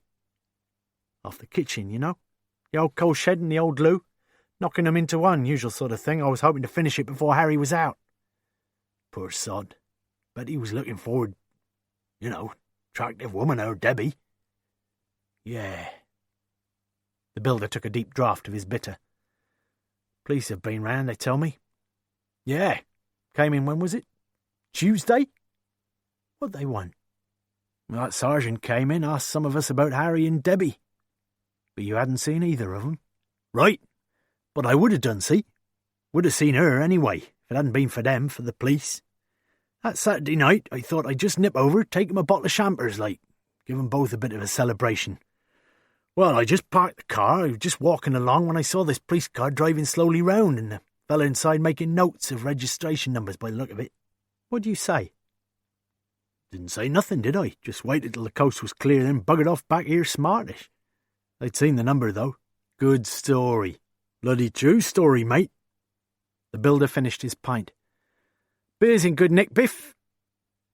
Conversation at the bar was interrupted by the seemingly endless music of coins falling into the winnings tray of the fruit machine. Then the landlord resumed the conversation. Business still pretty good, John? Plenty of work, yeah. What you got on at the minute? Job in Burford, in Sheep Street, bit of roofing, bit of pointing. High up, is it? High enough. I need a couple of extensions on the ladder. The coins bulged proudly in his trouser pocket as the youth walked out of the bar. Once in the passage that led to the toilets, he lifted the receiver from the payphone there, inserted 20p, and dialed a number. But what he said, or to whom he spoke, not even the keen-eared elders could have known. Lewis had personally supervised the inquiries into the activities of Paddy Flynn in the years, months, days, and morning before his murder. By all accounts, Flynn had led a pretty private, almost secretive life. His name figured nowhere in police records, although he was mentioned in dispatches several times as the taxi driver who had picked up Frank Harrison from Oxford railway station on the night of Yvonne's murder. It had been Lewis himself who had visited Flynn's upstairs flat in Morrell Avenue. Most petty crooks had little in the way of imagination, having 2 or 3 favoured niches wherein to conceal their ill-gotten gains, and Paddy Flynn proved no exception. The small brown leather case was on the top shelf of the old mahogany wardrobe. In it, a cache of legitimate banknotes. The confirmed tally was £17,465, and Lewis knew that Morse would be interested.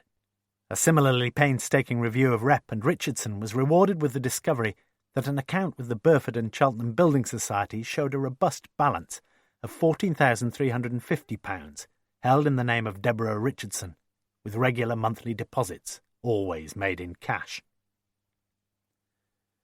Frequently when Lewis had seen him that week, Morse had been sitting in HQ, immobile and apparently immovable, occasionally and almost casually abstracting a page or 2 of a report, of a statement, of a letter from one of the bulging box files on his desk. Yvonne Harrison, written large in black felt-tip pen down each of the spines. Clearly Morse had come round to Strange's conviction that some causal connection between the cases had become overwhelmingly probable. But that was no surprise to Lewis. What had occasioned him puzzlement was the number of green box files there, since earlier he could swear it there had been only 3. In his office, Morse reread the final findings of the 2 post-mortems. Dr. Hobson had pointed to a fairly specific type of weapon, most probably a knife with the blade shaped in triangular fashion, possibly a Stanley knife. Morse suddenly stopped reading, and what had been a far-away look in his eyes now gradually focused into an intense gaze as he considered the implications of the extraordinary idea which had suddenly occurred to him. Lewis entered the office just before 8 a.m. Morse pointed to the reports laid out on his desk. "You've read these?" Lewis nodded. "Let's go back to Yvonne Harrison's murder. She was a woman with exceptional sex drive who in turn was attracted by a variety of men. It looks very likely that a bit of bondage was on her list of services." Lewis's eyebrows rose significantly. "Which means there's a pretty obvious explanation of 2 of the items that puzzled our previous colleagues. A pair of handcuffs and a gag, not all that tightly tied. On the night of the murder, she had a client in bed with her, and if ever there was a locus classicus for what they call coitus interruptus, this was it, because someone interrupted the proceedings." "Harry Rep?" "Rep was certainly there at some point. I think he realised there could well be something in it for himself. He was right, too. £500 a month from someone just for exercising his professional skills as a burglar in staying well out of sight, keeping his eyes wide open. What do you think he saw? Pretty obvious, isn't it?" "You mean he saw who murdered Mrs. Harrison?" Morse nodded. "And you think you know who—" Morse nodded. But Lewis shook his head. "It's all so wishy-washy. When was she murdered? Who rang her husband? Who set off the burglar alarm? Lewis, we, remember, are investigating something else.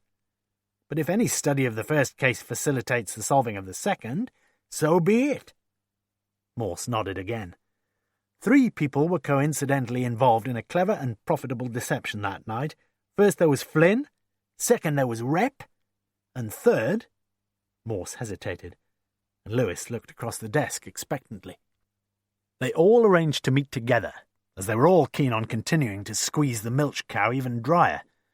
So they did meet, a meeting where things went tragically wrong. Greed, jealousy, personal antipathies, whatever.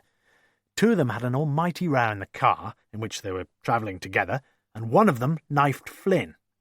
And the remaining 2 disposed of the body, neatly enough, at Redbridge, the rubbish bags proving very handy.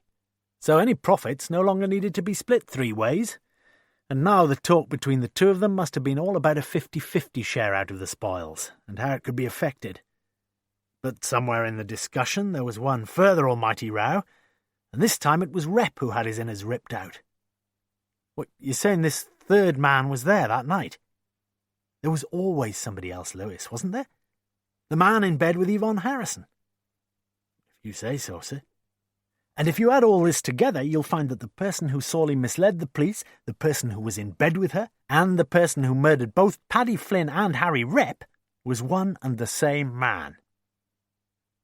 There fell a silence between the two of them, broken finally by Lewis. You sure about all this? Only 95% sure. One or two things I'd like you to check first, just to make it 100%. So we've got a little while. Oh, yes. No danger of anyone murdering him, not today anyway. So this afternoon will be fine. Get out to Lower Swinstead. Take someone with you, mind, and bring him back here. Fine. Only one thing, sir, you forgot to tell me his name. Did I? Well, you've guessed it anyway. He's got a little building business. Baron. Builder, as it says on his van. Mrs. Patricia Bailey, a widow, had lived for only 3 years in the little Cotswold town of Burford, in a 3-storied, mullioned-windowed building in Sheep Street. She wanted some work done on the casements, and for the exterior to be repainted. She'd consulted the Yellow Pages, and found Baron, J., builder and decorator, not so far away either, at Lower Swinstead. He'd promised to be with her at 7:30 a.m. on Monday the 3rd of August, and it was precisely at that time that he'd knocked on the front door. Born in North Oxford, Mrs. Bailey spoke her mind unapologetically. "You look as if you'd just come straight from the abattoir, Mr. Baron." The builder grinned wryly as he looked down at his overalls, bespattered with scarlet paint. "Not my choice of colour, Mrs. B." Mrs. B felt gratified. "Well, I'll let you get on then. Would you like some coffee later?" "Tea, if you don't mind, Mrs. B. Milk and 2 sugars, please. About 10, smash in." From the ground floor window she watched him as he removed the aluminium ladders from the top of the van, stood there for a few seconds looking up at the dormer window, then shaking out the first extension and, by means of a rope and pulley at the bottom, elongating the ladder to its fullest extent with a second, smaller extension. For several minutes Mrs. B stood by her front window on the ground floor, looking out a little anxiously to observe her builder's varied skills. Across the road, a solitary jogger in red trainers was running reasonably briskly past the Bay Tree Hotel, his tracksuit hood over his head, since there was an unseasonal nip in the air that morning. She would repair to the second-floor back bedroom to continue with her quilting. Outside, the builder was beginning his ascent, successively grasping each rung at a point just above his shoulders as he climbed with measured step, professionally, confidently to the top of the ladder. He dug his red Stanley knife into the upper lintel, then the lower sill. In each case, as he twisted the blade, finding the wooden texture crumble with ominous ease. He secured the top of the ladder to the gutterings, his normal practice, and began work. At the appointed hour, Mrs. B made a cup of tea with the kettle in her bedroom. She was about to make her way downstairs with the tray, when something quite extraordinary flashed across her vision. She saw a pair of oblique parallel lines passing almost in slow motion across the oblong frame of the second-floor window, and she heard an ear-splitting, skin-tingling shriek of terror as the man whose skull was about to be smashed to pieces fell head-first onto the compacted pathway below. Had he been without any knowledge of the context in which the apparent accident had occurred, Lewis would not have suspected that it all amounted to murder. But it had been murder, he felt sure of that, and 4 hours earlier he had taken personal responsibility for initiating the whole apparatus of yet another murder inquiry. It was just before 3 p.m. when Morse finally put in an appearance. "You said there wasn't any danger of him being murdered, sir." Morse could find no satisfactory answer, and stared silently out of the window until Mrs. Bailey came in. "You mentioned to Sergeant Lewis what you saw from the window. The one above this, wasn't it?" "Yes," whispered the lady of the household, as so vividly she recalled that terrible sight, with the red Stanley knife lying there beside the shattered skull. Morse was cold. He got to his feet. It was time for the clichés. "If you do remember anything else, anything unusual." And suddenly she had remembered something. It was Morse's involuntarily shivering shoulders that had jogged her memory. The jogger. There was something a bit unusual. We don't get many people jogging here. We're all a bit too old. But there was one this morning, about 7:45. He'd pulled the hood of his tracksuit over his head as if he was feeling the cold a bit. I wasn't anxious to be recognised, added Morse quietly. Perhaps you could recognise him, though, Inspector. You see, he was wearing a very distinctive pair of training shoes. Red they were. Seated at a wall settle in the bar of the Cotswold Gateway Hotel, Morse tasted his pint of cask-conditioned ale and proclaimed it not so bad. And Lewis, seated opposite, sipped his iced orange juice and took a deep breath. Something worrying you, Lewis? Yes, something is. We started off with 2 murders, and you said you knew who the murderer was, and now this murderer of yours gets murdered himself, and there's not all that much point in sitting around in a pub all day just thinking about things. Is that what you're saying? Yes. Why don't we look at what we've got? Look at the evidence. All right. Let's start with those red trainers. Well, good news that. There can't be more than a dozen people in Oxfordshire who've got a pair like that. We'll find him, guaranteed. Bit odd, though. 7:45, and still running when Baron fell at 10:10. We're not all as unfit as you, sir. Morse continued, You know what worried me about the murders of Flynn and Rep was how anyone could have got away from that car without people noticing all the blood on his clothes. Then it struck me. Baron could have got away with it easily. His overalls were already covered in red, covered in the maroon paint from Debbie Richardson's outhouse, before the murders. It's not exactly like spilling a bottle of claret over your white tuxedo on the QE2, is it now? I wouldn't know, sir. Morse drained his beer and stood up. You'll be glad to know that the brain is now considerably clearer, although I'm still exceedingly puzzled as to why our murderer should decide to draw almost inevitable attention to himself by wearing such a conspicuous pair of plimsolls and running around Burford for 2.5 hours. By the time they were back at the Killington HQ, the strangely disturbing news was already beginning to filter through. Not that Morse himself was to be in his office that late Monday afternoon, for he had instructed Lewis to drop him off at his flat in North Oxford. Lewis was summoned to Caesar's tent just after 5:30 p.m. Where's Morse?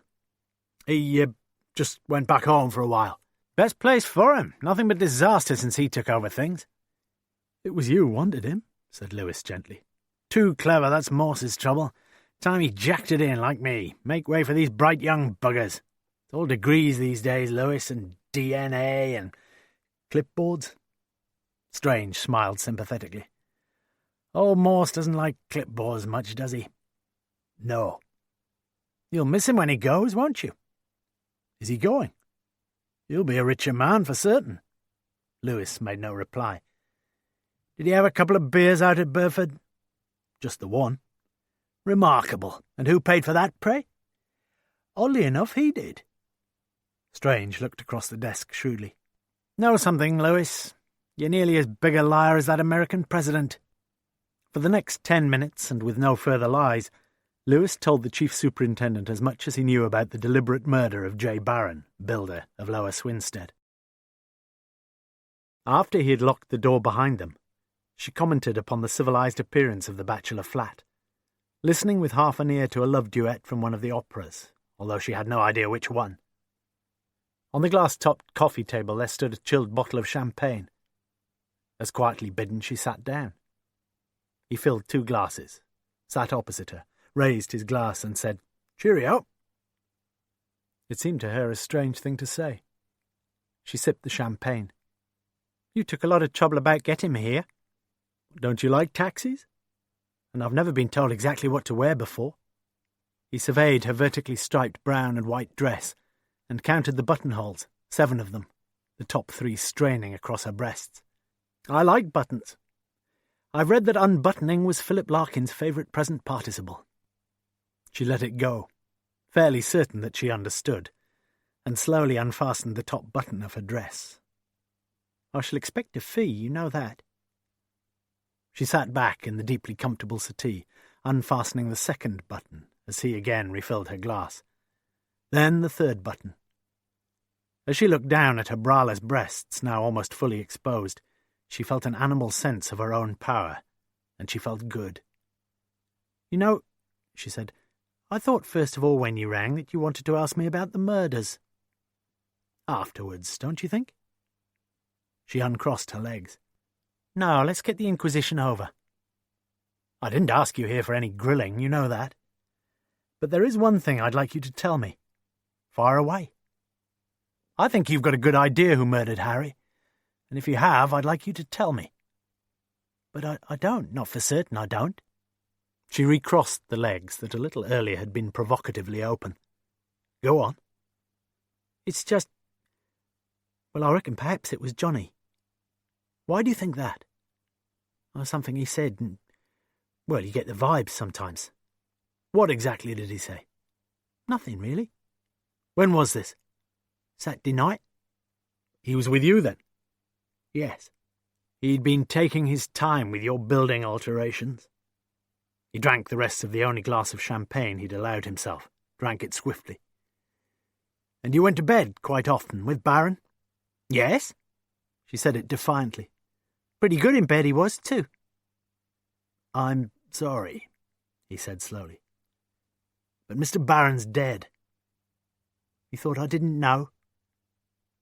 He left the room, and she heard his voice on the telephone. "Radio taxis. One of your drivers as soon as you can. To Burford. On my account, please. Morse." The Spires restaurant in the Randolph Hotel is an impressively elegant affair. "Where the hell's he got to?" said Frank Harrison to his daughter. 7:15 is 7:15. He probably thought you said 7:50. For the moment Sarah said nothing further, looking around her and enjoying the regal dignity of the restaurant, and in truth her father's tetchy impatience with Simon was not wholly displeasing to her. Quite why she'd always felt possessive about her father she could not explain well even to herself, but she remembered clearly when she had crept silently downstairs late one night with a party in full swing below, and when, unseen herself, she'd watched her father kissing a young woman in the kitchen. Only 6 she'd been, but she could have murdered the woman. Disbelief, shock, outrage, all 3 mixed together like a cocktail topped up with a little chilled jealousy. Simon appeared at 7:48. "You're both early," he ventured as he took his seat. "Forget it." His father passed over a menu. And after he had read the menu, Simon was passed something else to read. He looked down at the copy of the Oxford Mail, the lower half of the back page folded over to show an item in the latest news column. "Local builder John Barron of Lower Swinstead pronounced dead on arrival at JR2 after falling from ladder in Sheep Street, Burford." Well-targeted inquiries had borne swift, if here and there unexpected evidence. Evidence which Sergeant Lewis, alone in his office late that Monday evening, was able to shift and to categorise at his own pace. First, the shiny red Stanley knife had been purchased together with other items from a hardware shop in Burford on the Saturday of the previous week, receipt unearthed in Barron's expenses file. Barron could still have been a murderer, of course he could, but quite certainly not with the knife he'd used that same morning as he twisted the blade into the rotting, unresisting sill of the dormer window in Sheep Street. Second, the stains on the overalls Barron had been wearing that morning had quite certainly not been human blood, but almost certainly smears of paint patented under the brand name Cremosin, 2-pint tins of which were found in Barron's garage. Third, there appeared as yet no evidence whatever that Barron had received any monies from anywhere to match the payments so regularly stashed into the balances of both Flynn and Rep. They were not in any way decisive, these findings and non-findings. The trouble was they all seemed to be pointing in the same direction. Or were they?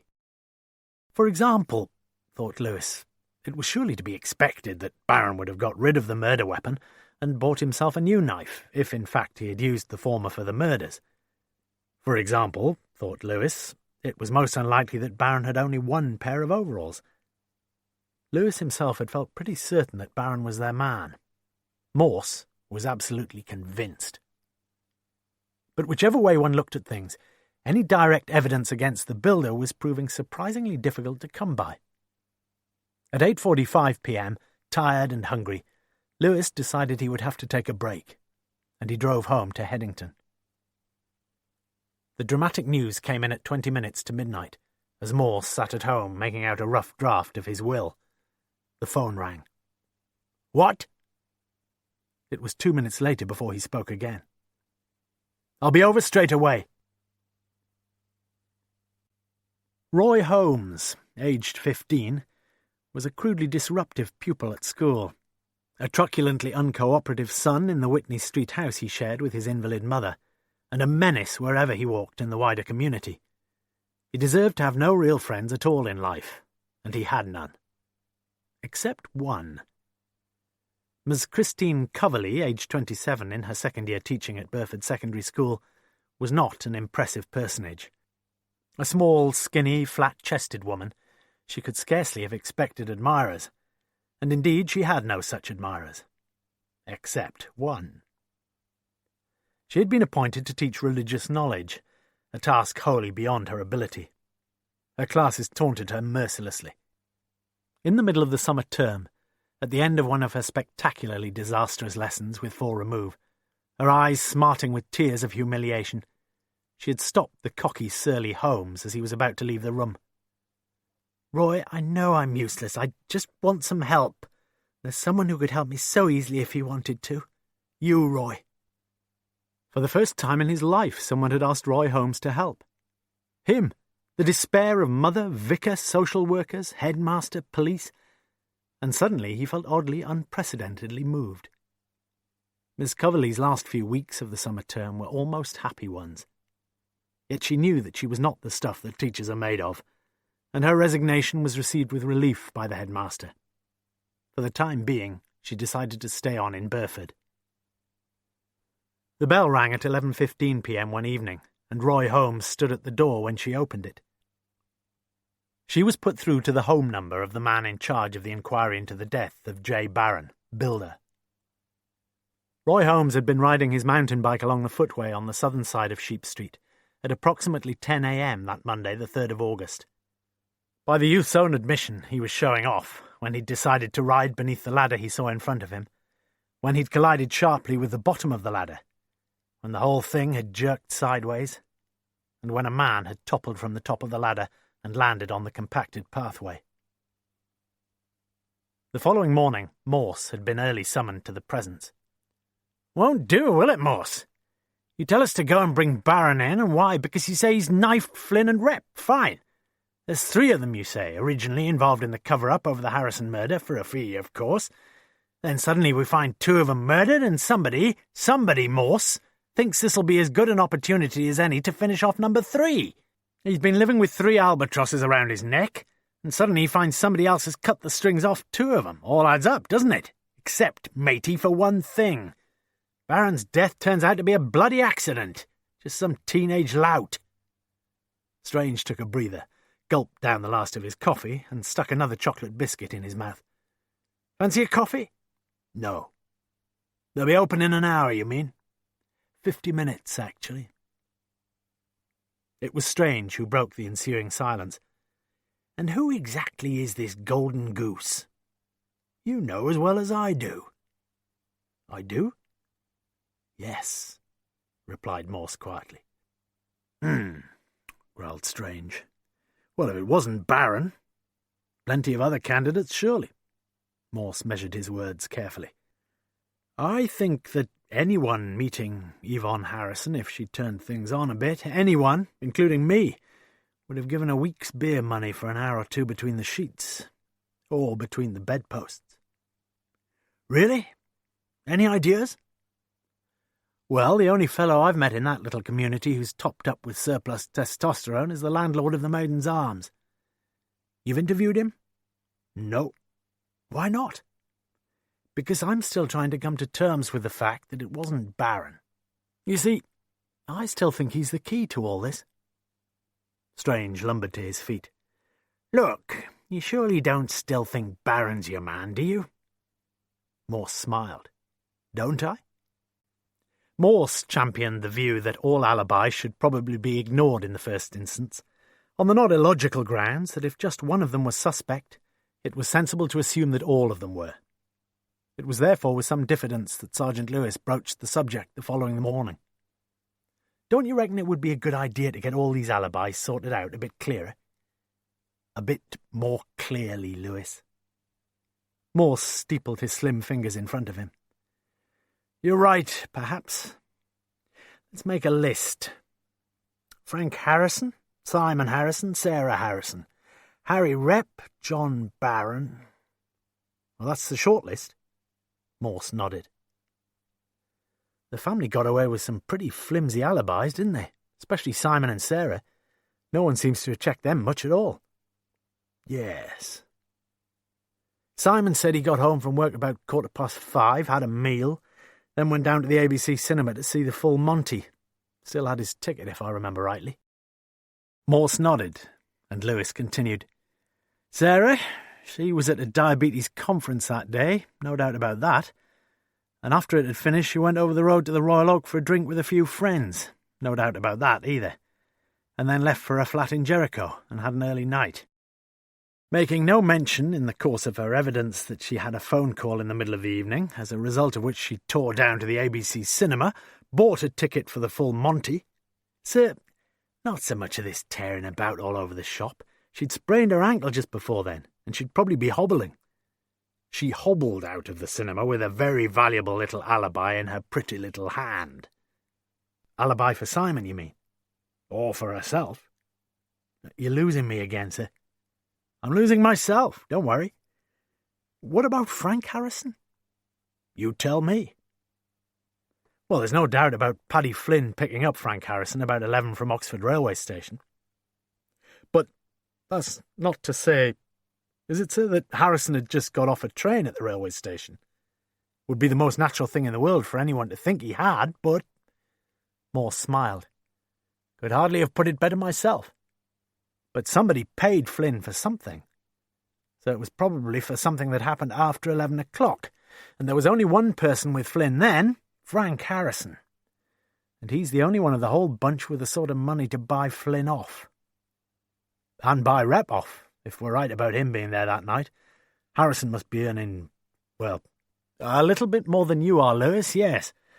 In fact, he got a bonus of £85,000 last year." "How on earth do you know that? Aren't we supposed to be detectives?" Lewis pursued the matter no further.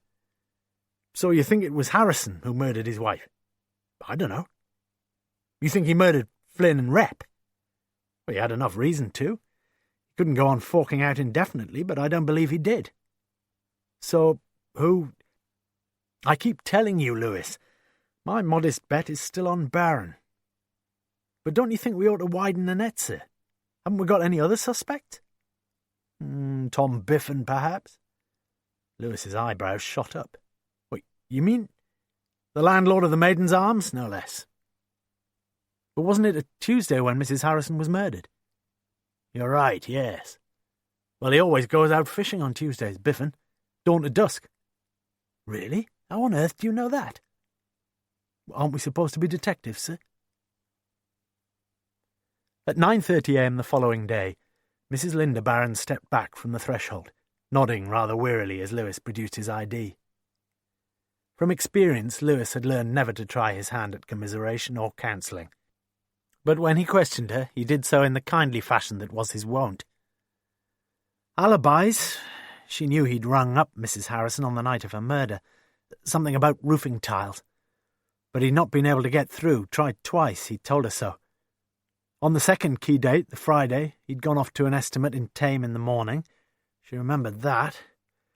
Money? She knew nothing about any regular payments in cash. Marriage? It was only here that Linda Barron was less than fluent in her answers. Would you say the pair of you had a tight marriage? Perhaps not, no. Was he ever unfaithful? Aren't most men? Not all of them, Lewis said quietly. She shrugged her shoulders. Do you think he ever had an affair with Mrs. Harrison? No. Would you have known? She smiled bleakly. Probably. Morse was ushered through into the inner sanctum of radio taxis to meet the boss. Jeff Measer, company secretary, how can I help? Flynn. Paddy Flynn. He used to work for you until you sacked him. Yes, Flynn had worked for the company for just over a year. It was generally agreed that he'd been a competent driver, but he'd never fitted very happily into the team. Could he have fiddled a few quid here and there? Not so easy these days. Everything's computerised in the cab. Morse was looking increasingly puzzled. He seems to have been a reasonably satisfactory sort of cabbie, then. Well, so why did you sack him? Two things, really. He always seemed a bit surly. He just didn't fit in here, simple as that. Two things, though, he said, prompted Morse gently. He never quite seemed up to coping with the radio side of the job. Morse felt that long, familiar shiver of excitement along his shoulders. For Morse, that early evening followed much the same old pattern. Same sort of bundle of ideas abounding in his brain. Same impatience to reach that final, wonderfully satisfying, penny-dropping moment of insight. Same old pessimism about the future of mankind. Same old craving for a dram of scotch that could make the world, at least for a while, a kindlier and a happier place.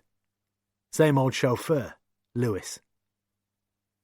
It was just after 6:30 p.m. when they were shown up a spiral flight of rickety stairs to the small office immediately above the bar of the Maiden's Arms. Biffen came to the point immediately. "How can I help you, gentlemen?" So Morse told him.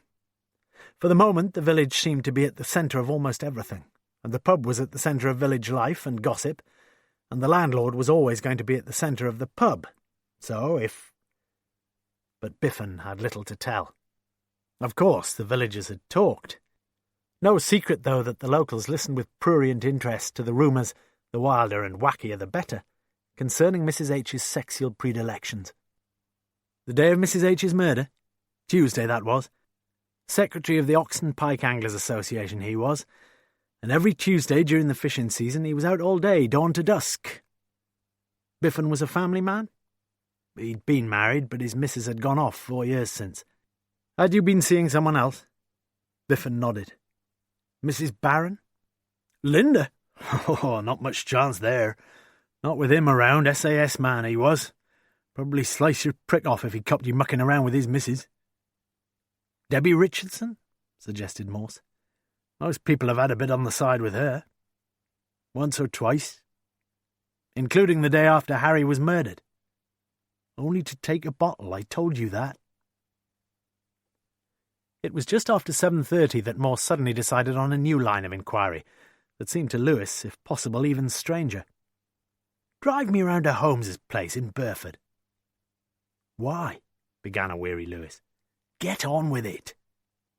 A blurred shape slowly formed through the frosted glass of the front door, which was finally opened by a wispy-haired woman of some 50-plus summers. Lewis paraded his ID. Mrs. Holmes? The woman neatly reversed her wheelchair and led her visitors through the narrow passageway. I suppose it's about Roy. In the living room sprawled a youth drinking directly from a can of Bass. Why didn't you answer the door yourself, lad, and give your mum a break? The youth's eyes stared back with cold hostility. His mother began to explain. It's the police, Roy. Made me statement. Accident, wasn't it? Leave me be. Perhaps it wasn't you we came to Burford to see. For a few seconds there was a look of bewilderment on Roy Holmes's face. Then, draining his can of beer, he got to his feet and left the room. Seconds later the front door slammed behind him with potentially glass-shattering force. What time will he be back? Asked Lewis. She shrugged her narrow shoulders. How long? Morse nodded to the wheelchair. 6 years. Morse stood in front of the one framed picture on the wall. A diploma for cross-country running, won by Elizabeth Thomas in July 1974. For the second time that day, Morse felt a shudder of excitement run along his shoulders. Before they left, Morse turned to the erstwhile athlete. One last thing. Anything you've not been willing to tell me? As the two detectives walked along the path, Lewis's mind puzzled itself over those last few words. But Morse seemed deep in thought, and any question for the moment he knew would be wholly inopportune. It now appeared that Morse's simplistic hypothesis, that of casting Barron as a double murderer, was wholly discounted. It would have been convenient, certainly, if it had been Baron, and if Baron in turn had been murdered by whoever was behind everything, really. Frank Harrison, say. Lewis could understand Morse's thinking perfectly well, but it had been wrong, as the great man had virtually admitted the previous evening. There'd been that dramatic development in the case. Baron's death had been an accident. So what was needed now was a bit of old-fashioned procedure, some immediate phone calls, some urgent checking of alibis. By 9:45, Lewis had written down a firm timetable. 10:15 a.m., interview with Simon Harrison. 11:15 a.m., interview with Frank Harrison. 12:15 p.m., interview with Sarah Harrison. Back in HQ, just after 2 p.m., still no sign of Morse, Lewis felt pleased with his morning's work. The general upshot of the interviews was unambiguous. None of the Harrison clan had murdered Flynn or Rep. 2 of the 3 could have been on the scene when Baron was killed, but neither of them had murdered him, because no one had murdered him. That was the only thing in the whole tragic business that now seemed wholly incontrovertible. In no wise was Lewis surprised to meet Dixon in the police canteen. "Busy day?" "Well, yeah, no, really. Morse rang me up early." "He what?" spluttered Lewis. "Well, early for me. He wanted me to check out a few things, didn't he?" "Such as?" "Well, the names of those going to lip-reading classes these last few years." "Simon Harrison, you mean?" "Didn't say, did he? No problem, though. Just got the list photocopied, didn't I?" "And what else?"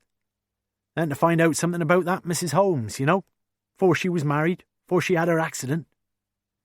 Yes, Lewis could understand that. "Then to ring that Socko chap, Andrews, the one who was out at Sutton Courtenay. Ask him to get a bit of a move on about the fingerprints. Morse got him to take Barron's, you knew that, didn't you?" "Course I knew that," lied Lewis, euphoria fading fast. "Well, there we are then. Suppose old Morse was just hoping, you know." Yes, Lewis knew exactly what Morse had been hoping. Lewis was glad when the canteen intercom cut across the conversation. "Message for Chief Inspector Morse or Sergeant Lewis. Please ring Northampton Soccos immediately." "Where are you, Dixon, in the hierarchy here?" thought Lewis ungraciously. "I'll tell you, mate, nowhere, no bloody where." He jumped to his feet and left Dixon. 2 minutes later, Lewis was through to an exultant Andrews, who wasted no time in breaking the dramatic news. There was a hit. Yippee! A match of fingerprints. In the car, 2 sets, definite, distinct. The prints of J. Barron, builder of Lower Swinstead. As he walked back to the canteen, Lewis reflected on his brief exchange of views with Andrews. The situation was now perfectly clear, and Lewis freely conceded that Morse's early conviction that Barron had been involved in the murders seemed wholly vindicated. No room for more than 3 people in the cluttered stolen car, surely. And since neither Flynn nor Rep had stepped out of that car alive, the discovery of that 3rd set of prints, Barron's, was of momentous significance. Lewis finished his coffee. If Morse wasn't going to put in an appearance today, he would drive over to see him. Morse opened the front door. "And there's me hoping for a rest day, like they tell me they have in the middle of test matches." But in truth, he had not tried over hard to have much of a rest day. Early that morning he'd rung Sergeant Dixon and given him a list of duties. At 10 a.m. he'd received a middle-aged gentleman from Lloyd's Bank, a guru on inter alia wills, dispositions, codicils and covenants. At 11:15 a.m. he'd visited the Radcliffe Infirmary, where he was directed up to an office on the 1st floor. "Yes, how can I help you?" "I'm thinking of leaving my body to the hospital." The woman took a form from a drawer. "Just fill this in. I ought to tell you that we may not want your body. This situation does, fluctuate."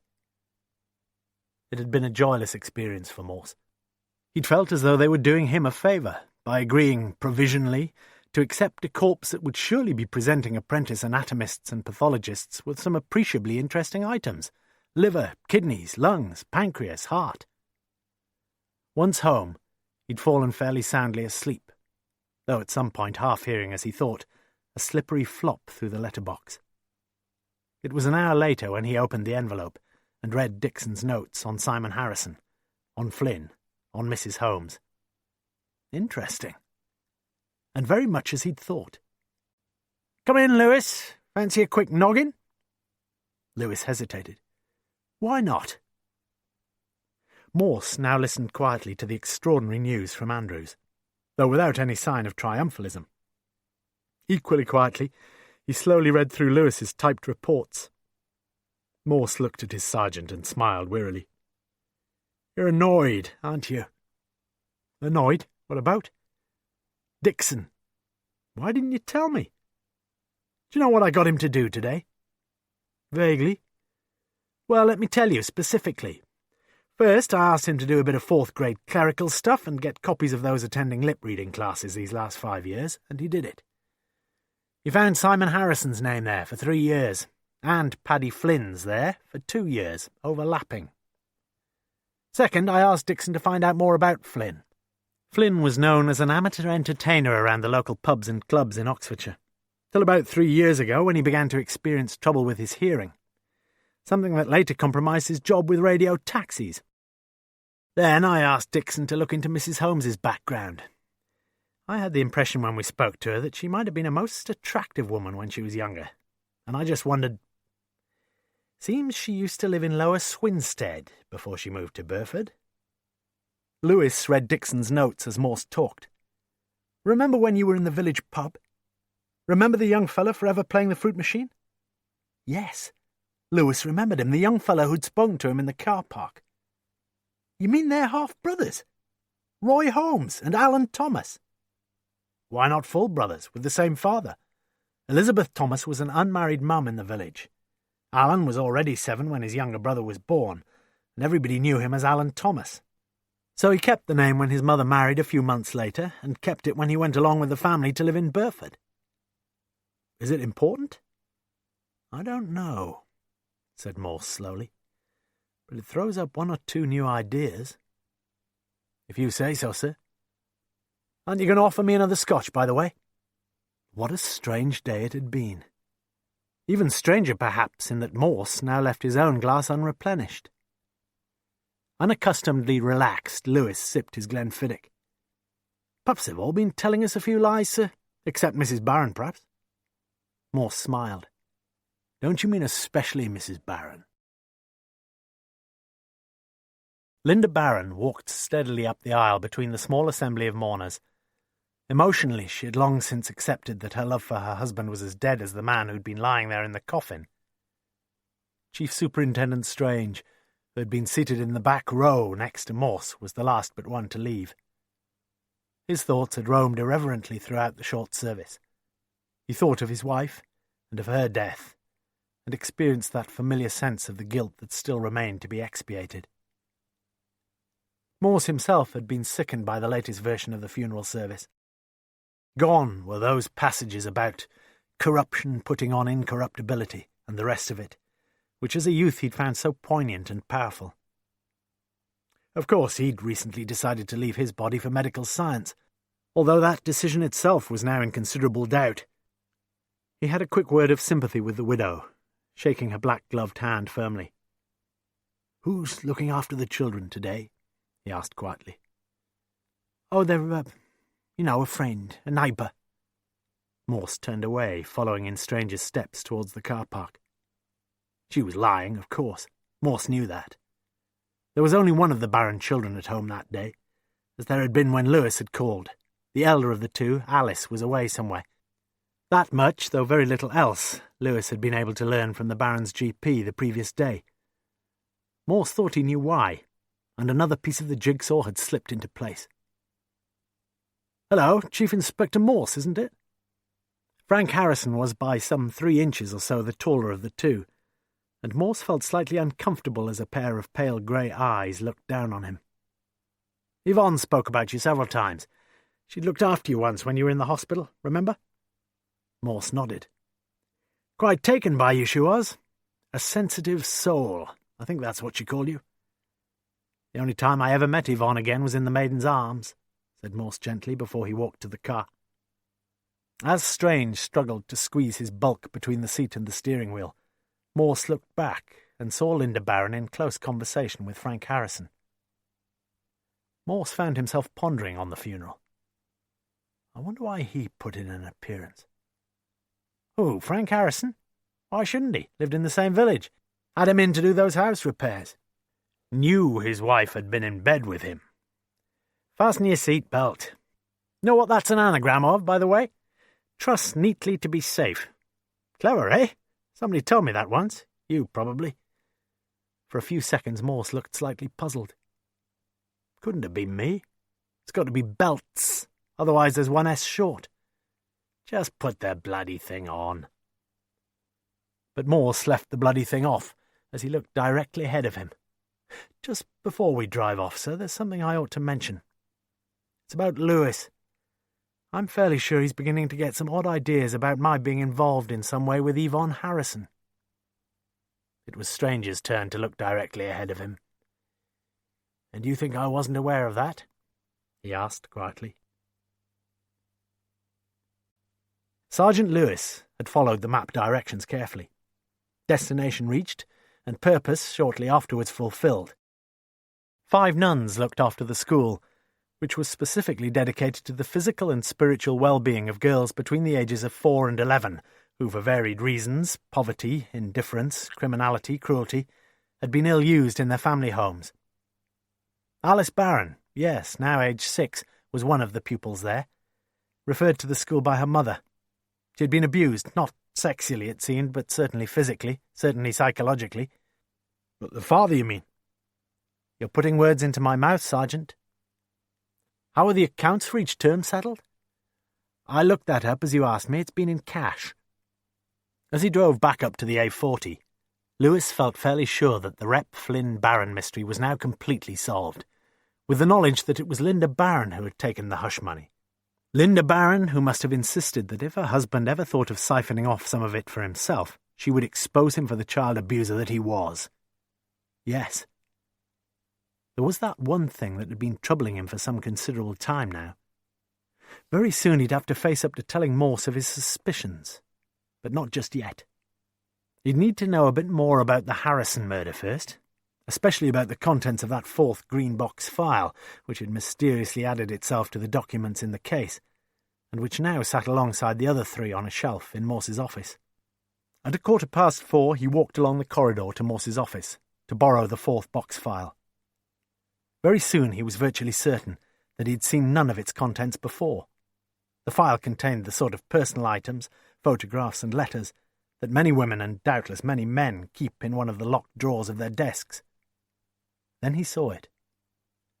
That they would prefer to be ill in hospital and nursed by you than to be in full health and never see you again.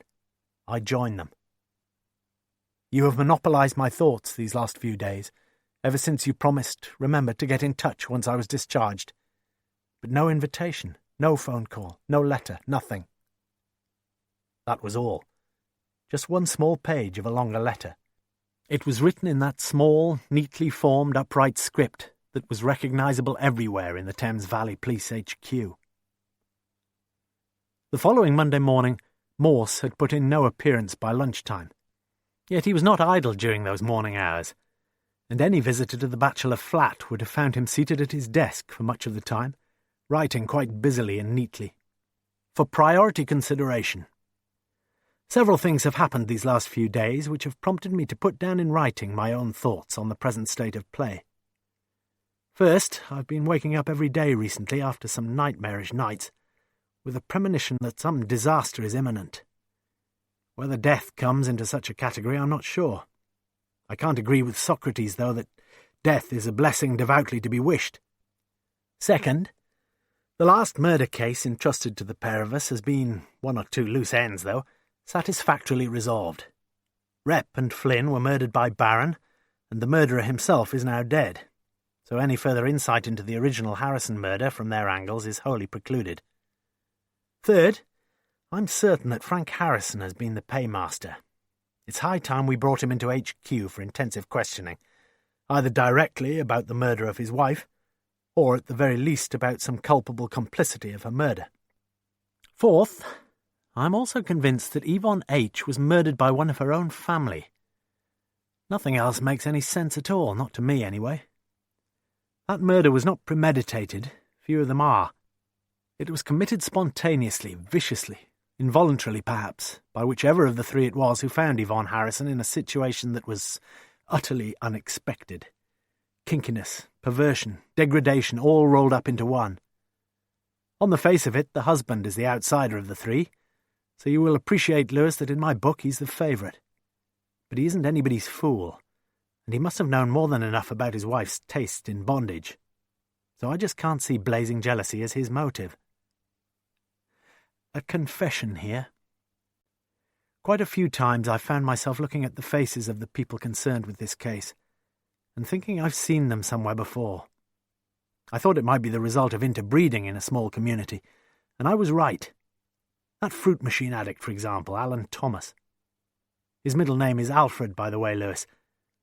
I also found out, well, Dixon found out, that the Christian names of Elizabeth Thomas's father were Harold Alfred, and that someone else in the village had a father with the Christian names Joseph Allen. That someone else was Frank Harrison. And believe me, he was the father of the lad, and Elizabeth decided to give him a couple of Christian names that could confer some little pretence of legitimacy on her illegitimate son. Let's turn to the Harrison children. Either of them could have murdered their mother. What would be the motive, though? I just can't see Sarah suddenly turning to murder because she finds her mother abed with one of her many lovers. Shocked and disgusted? Yes, she'd certainly have been both. But driven to murder? No. There's something about her, though. Something that tells me that she's up to her very smooth neck in things. What about Simon Harrison? I'd guess myself that for Simon this relationship with his mother had always been very precious, sacrosanct almost.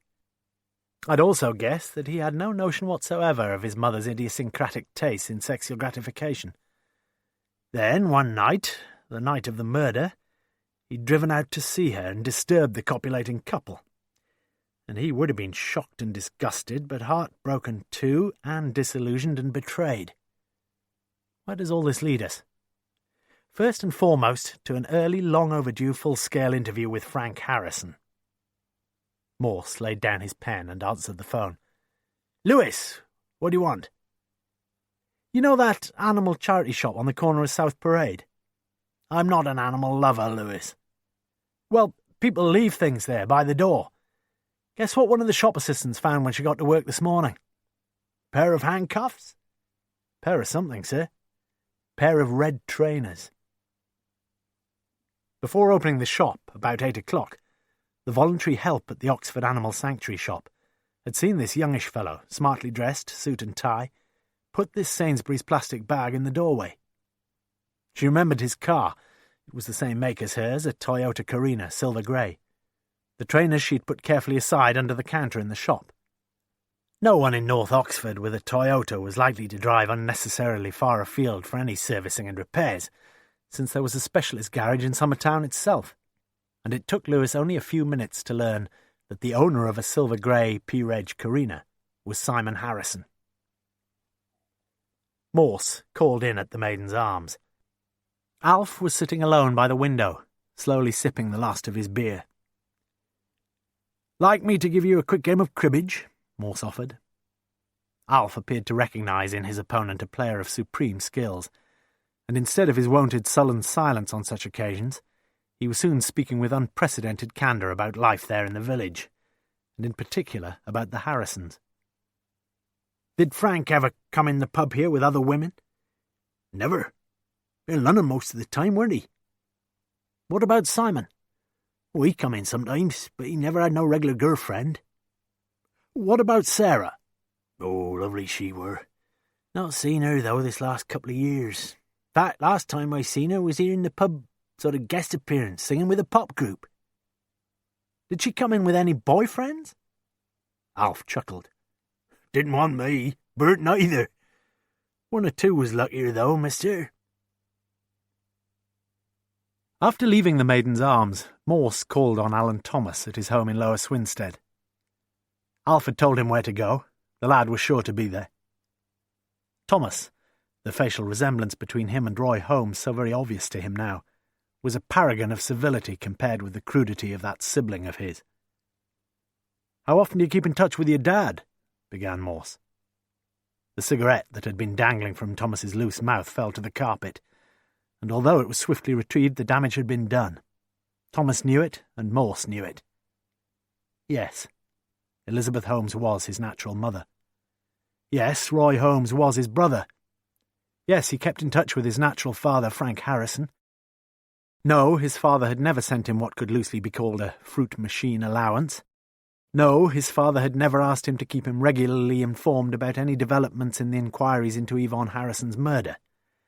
No, he had no contact whatever recently either with his father or his mother or his brother. Morse was half smiling to himself as finally he drove back to Oxford, knowing beyond any peradventure that the no, no, no was in reality a yes, yes, yes. Morse took the red trainers from the bag and placed them on Simon Harrison's desk. "These yours?" "Pardon?" The interview wasn't going to be easy, Morse conceded that. Yet already the suspicion had crossed his mind that any deaf man, and especially a canny deaf man, might occasionally pretend to mishear in order to give himself a little more time to consider an awkward question. "The time for playing games is over, lad," said Morse quietly. The truth, or what Morse took to be half the truth, was fairly soon out. The teenaged Simon had known Baron well enough, because the builder had done a few things around the house. Frequently he'd found Baron in the kitchen having a mug of coffee with his mother, and he'd sensed that Baron fancied her. Yes, he'd been jealous. Yes, he'd bought the trainers. He'd driven out to Burford, where he found out that Baron was working. He'd just felt, well, murderous, simple as that. He'd always suspected that Baron was involved somehow in his mother's murder, and he was conscious of an ever-increasing hatred for the man. So he'd decided to go and see if Baron was there, in Sheep Street, balanced precariously, as he hoped, on the top of an extended ladder. And he was. "So, why didn't you?" "I wanted to make sure he could be pushed off. I'd noticed when he was doing Mum's roof that he used to anchor the top of his ladder to the chimney stack or something, and he'd done the same there in Sheep Street. I could see it easily.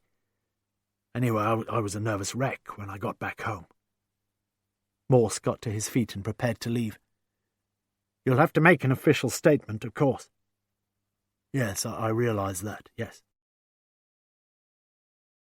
At 7:20 p.m, Morse was sitting back in the black leather armchair, knowing that only a few of the pieces in the jigsaw remained to be fitted. At 10:30, decided that he would be early abed. Wonderful. But the illuminated green figures on the alarm clock showed 2:42 a.m. when he finally abandoned the unequal struggle. His mind was an uncontrollable whirligig, and the indigestion pains in his chest and in his arms were hard and unrelenting. He got up, poured himself a glass of Alka-Seltzer, poured himself a glass of the single malt, took up his Parker pen, and resumed the exegesis he'd been writing. "Simon H. is not a good liar, and I dragged some of the truth out of him. He is genuinely very deaf, so why does he have a mobile? But even someone who's stone deaf can communicate to some degree with someone on the other end, because he's always able to speak, if not to hear. Many people must have wanted Baron dead, and no one more so than Frank Harrison, who'd learned that Baron would soon be working up at some giddy height in a quietish street in Burford.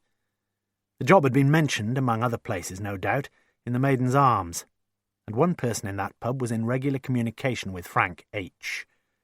Alan Thomas, the youth who regularly wastes his substance on the fruit machine. Like so many others in this case, he's dependent on Frank H., his father, remember, who has pretty certainly been making him a regular allowance for many years. The plan had been a reasonably simple one, with one snag. Both the Harrisons, senior and junior, had some knowledge of Baron's ladder technique from the several times he'd worked at the family home. Some recce was therefore required, and Simon picked up his father that Monday morning in Oxford and drove him to Burford, leaving the car at the western end of Sheep Street, and then jogging up and down the opposite side of the street in tracksuit and trainers, noting that Baron was moving the ladder along every 12 minutes or so. The only possibility then was to catch Baron after he'd reclimbed the ladder and was refixing the rope. Simon's job was to phone his father, mobile to mobile, and just say, "Now," nothing else. It was his father, also in jogging kit, who would run along the pathway there and topple Baron to a death that in Simon's view was fully deserved and long overdue. That was the plan, so I believe. But the countdown had been aborted because Simon, himself a witness, a bicycle was lurching its way along the path, and under the ladder and into the ladder. Surplus to requirements, therefore, was the plan the Harrisons had plotted, or so we're led to believe. Why such a proviso? Because I shall be surprised if any plan devised by the opportunistic Frank Harrison has ever come to a sorry nothing. Is it possible, therefore, that the accident of Barron's death was not quite so accidental after all? Can it be that Frank Harrison trawled his net even wider and dragged in the cyclist who sent Barron down to his death, the boy Holmes, the brother of Harrison's son Alan?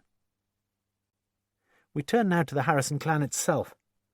Our researchers have given us several pointers to the relationships within that family.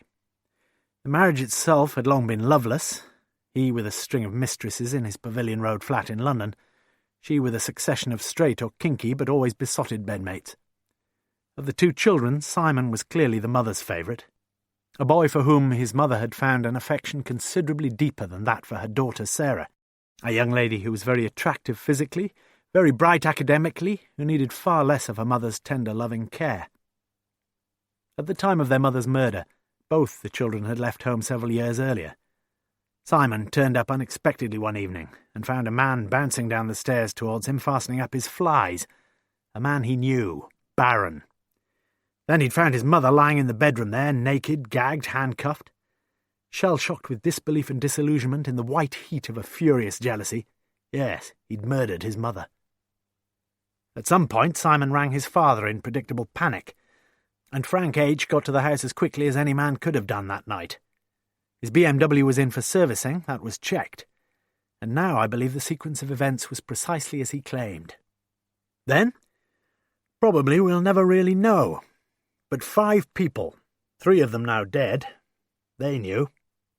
Barron, who'd been disturbed in medio coitu, Flynn, the petty crook who just happened to be on hand, Rep, the burglar who'd been watching the property all evening, Frank H. and Simon H. himself.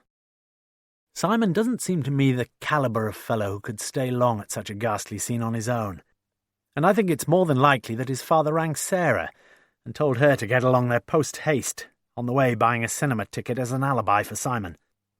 Certainly when I met Sarah I felt strongly that she probably knew who had murdered her mother. The trouble was that the 3 outsiders also knew. Rep and Barron, who were both local men, and Flynn, who'd met Simon in lip-reading classes, and who must have seen him there that night. What then was the family plan of campaign? The 2, or 3 of them, were determined to create the maximum amount of confusion, their only hope. The murder couldn't be concealed, but the waters around it could be muddied.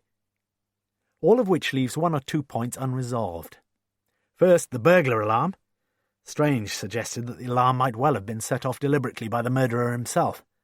Never underrate that man, Lewis. The time, as Morse saw, was 3:40 a.m., almost exactly 1 hour after he'd started writing. He was feeling pleasantly tired, and he knew he would slip into sleep so easily now. There is one more thing to consider, and it is of vital importance, as well as being almost the only thing about which I was less than honest with you. That is the extraordinary and sexual relationship between Roy Holmes and Christine Coverley. Why is this important? Because we've been making one fundamental assumption in our inquiries which thus far has been completely unverified by any single independent witness. But truth will out. And first and forthwith, we shall call in on Mrs. Coverley for further questioning. Here the narrative breaks off. Morse, who had been deeply asleep at his study desk, jerked awake just before 7:30 a.m. Later that morning, Morse sent Dixon and Kershaw to check a couple of things. Dixon was briskly informed by the woman in a wheelchair that she knew nothing of the whereabouts of her son. He was sometimes out all night, yes.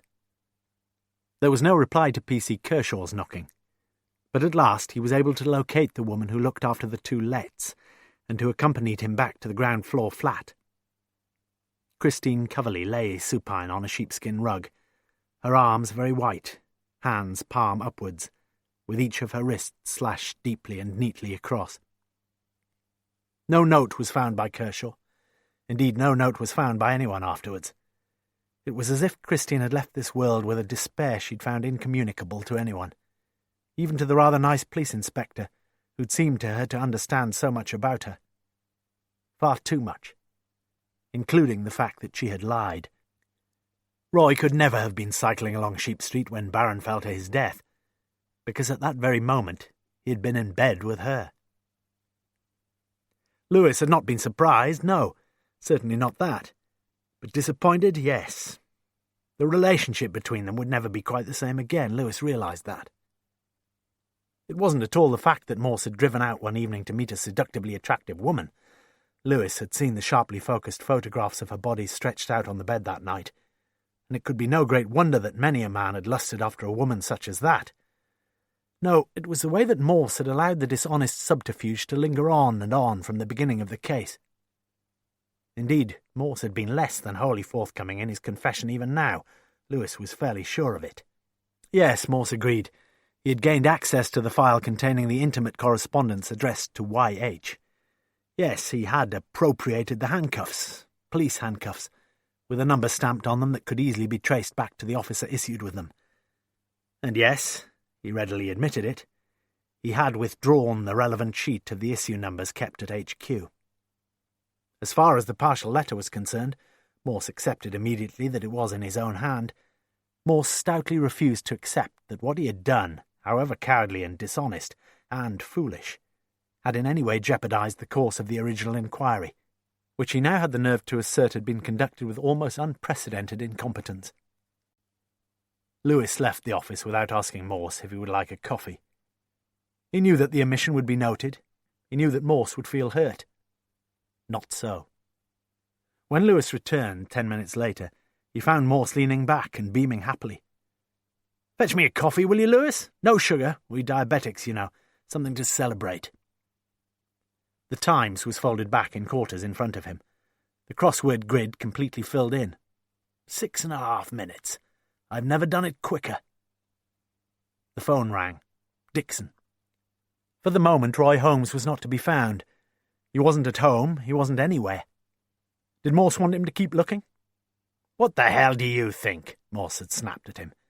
"You remember the old proverb, if at first you don't succeed, don't take up hang-gliding." The brief telephone conversation pleased Lewis, and for a few seconds he wondered if he was being a little unfair in his judgment on Morse. "Not the only one we can't find, sir." "Frank Harrison, you mean?" "Yes, I'm a bit puzzled about him. He might be a crook, but he's not a fool." The phone rang. Kershaw. Morse listened, saying nothing, but the eyes that lifted to look across the desk into Lewis's face, if not wholly surprised, seemed very sad. At 5:20 p.m, Frank Harrison was looking around him with gradually increasing impatience. 5:10. That was when they'd agreed to meet before boarding the 6:30 flight to Paris. Maxine finally appeared, pulling a very large suitcase on wheels. "You're late." His tone was a combination of anger and relief. "Sorry, say you'll forgive me." He looked down at her gentle eyes that were becoming tearful now. "Sweetheart, forget it." In the club lounge he handed her a glass of champagne. "Here's to a wonderful little break together. Ritz, here we come." He leaned across and kissed her, a long, yearning kiss. "Mr. Frank Harrison?" A tap on the shoulder. "What?" A uniformed police officer stood beside the small table. "I'm sorry, sir, but we need to speak to you. Routine check. Will you come this way, sir?" Maxine poured herself a further glass of champagne and pondered as she sat alone at the small table. He wasn't a particularly lucky man to associate with, Frank Harrison. The last time she'd been with him, over a year ago, he'd had that phone call from, well, he'd never said who from, to tell him that his wife had been murdered. Then she heard his voice behind her. "Come on, sweetheart. Gate 3. "Do you think you may be wrong, sir?" "Certainly not. He'll be back from Paris, believe me." "You think he murdered his wife?" "No, but he knows who did, and we've got to get some evidence. We've been checking alibis, recent ones, but we've got to check those earlier alibis again, Lewis." Morse paused for a moment. "Do you ever go to the pictures?" "They don't call it the pictures anymore, sir." "I went to the pictures a year and a bit ago to see the full Monty." "Surely not your sort of—" Exactly my sort of thing. Oh, yes. The penny had dropped. Simon Harrison said he'd gone... Said, yes. Said he'd gone with someone else, didn't he? A girlfriend? No one seems to have bothered to get a statement from the young lady Simon Harrison took to the pictures that evening. Perhaps we could trace her, sir. She's still around. She's a proud married mum now, living in Whitney. How do you know all that? You can't do everything yourself, Lewis. Dixon, you mean? Good man, Dixon. So we're going to see her tonight. You think Simon murdered his mum? No doubt about that. Not any longer, Lewis, said Morse quietly. The phone rang once more, and Morse answered. Strange. Morse?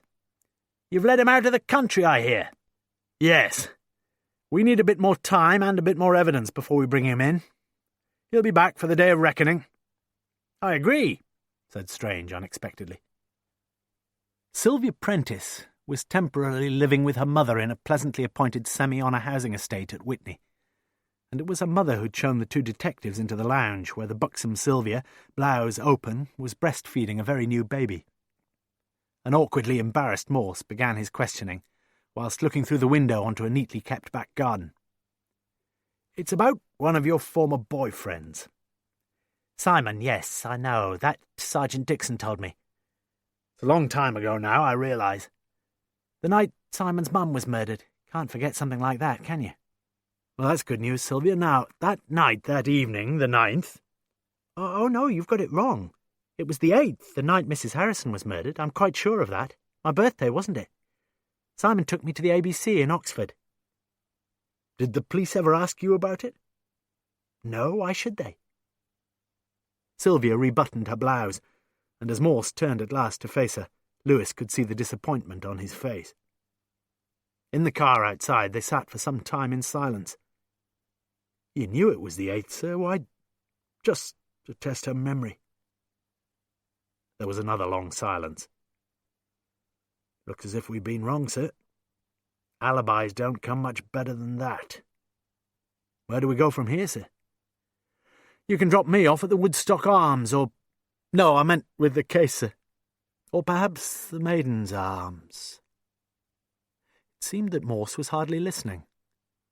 I know you're disappointed, sir, but... Disappointed? Nonsense! When Lewis turned to look at him, it seemed as if someone had switched the electric current on behind his eyes. Yes, Lewis. Just drive me out to Lower Swinstead. Morse was almost continuously talkative as they drove along.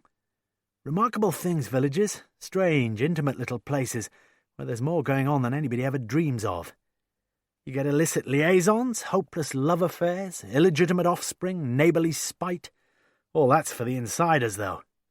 If you're on the outside, they refuse to have anything to do with you. Lewis drove down the Windrush Valley into Lower Swinstead. The fruit machine stood idle, and the cribbage board was slotted away behind the bar, but the Maiden's Arms was quite busy. On the pub's notice board at the side of the bar, underneath live music every Saturday, was an amateurishly printed yellow poster advertising the current week's entertainment. Ever had Paddy Flynn and his group playing here? Paddy who? Flynn, the chap who was murdered. Oh, yes, but I don't think he was ever here, Inspector. 50-odd groups a year. Forget it, snapped Morse. The beer okay? Fine. How's Bert, by the way? Any better? Worse. Quack called to see him yesterday. Bert told him he wasn't going to die in no hospital. For someone who knew almost nothing about some things, Thomas Biffen seemed to know an awful lot about others. Where does he live? Asked Morse. It was Bert's son who showed Morse up the narrow, steepish steps to the bedroom, where Bert lay, propped up against pillows. Missing the cribbage, I bet, volunteered Morse. The old face lit up a little. Alf'll be glad of a rest. Mind if I ask you a few things about the village? I had a few words with Alf, but I reckon his memory's not as sharp as yours. Never was it? Lewis leaned across and opened the passenger door. Get me home, Lewis. On the speedy journey back to Oxford, the pair spoke only once, and then in a fairly brief exchange. Listen, Lewis, I want you to make sure Frank Harrison's met at Heathrow. If he comes back. He'll be back. Charge him with anything you like. Complicity in the murder of his missus, complicity in the murder of Baron. Please yourself, but bring him back to me, all right? I've seldom looked forward to... Morse suddenly rubbed his chest vigorously. You okay, sir? Morse made no reply immediately, but after a few miles had perked up considerably. Just drop me at the Woodstock Arms. Slowly Morse walked homeward from the Woodstock Arms, disappointed that the favourite in the Harrison Stakes had fallen within sight of the winning post. But now, at last, Morse guessed the whole truth. The thing that had puzzled him most about the Harrison murder had been motive. Until now, Simon had fitted that bill pretty well. Then that very afternoon, Sylvia, that busty, lusty lass, had innocently scuppered his carefully considered scheme of things. Once home, Morse poured himself a modestly liberal measure of Glenfiddich before completing his written record. This evening in Lower Swinstead I spoke at quite some length with Mr. Bert Bagshaw. Although I now know who murdered Yvonne Harrison, it will not be easy to prove the guilt of the accused party. Herewith I give my thoughts on her murder. He finished writing an hour later, at 12:45.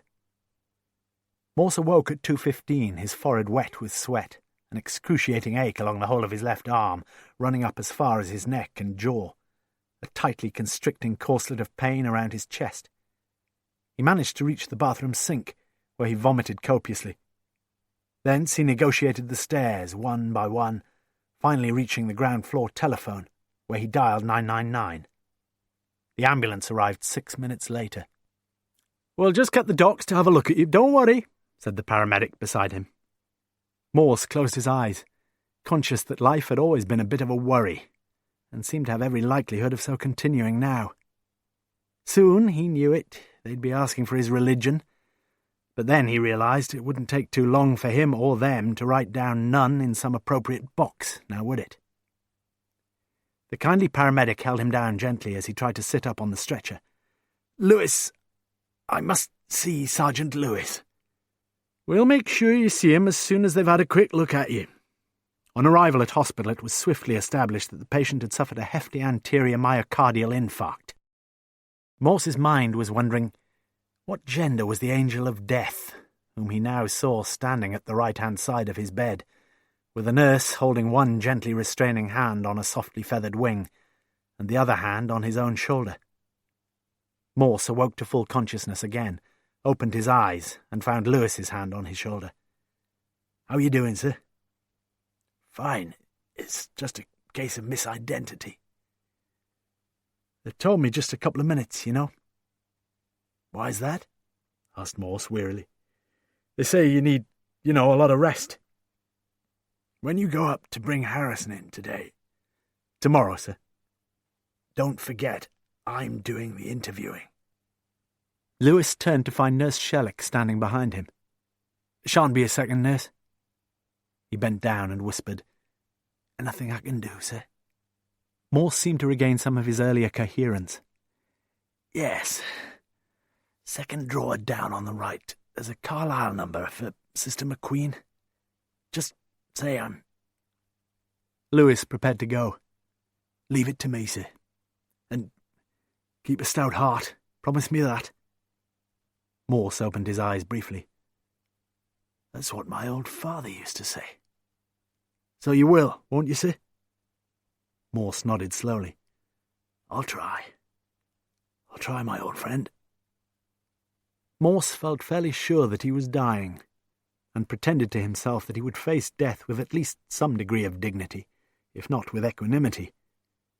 The long day's task was almost done, and he knew that he must sleep. "Nothing else we can do, is there?" The consultant shook his head. "If he asks for anything, let him have it. Even whiskey?" "Why do you say that?" "He's already asked for a drop. Something we don't stock in the pharmacy, I'm afraid."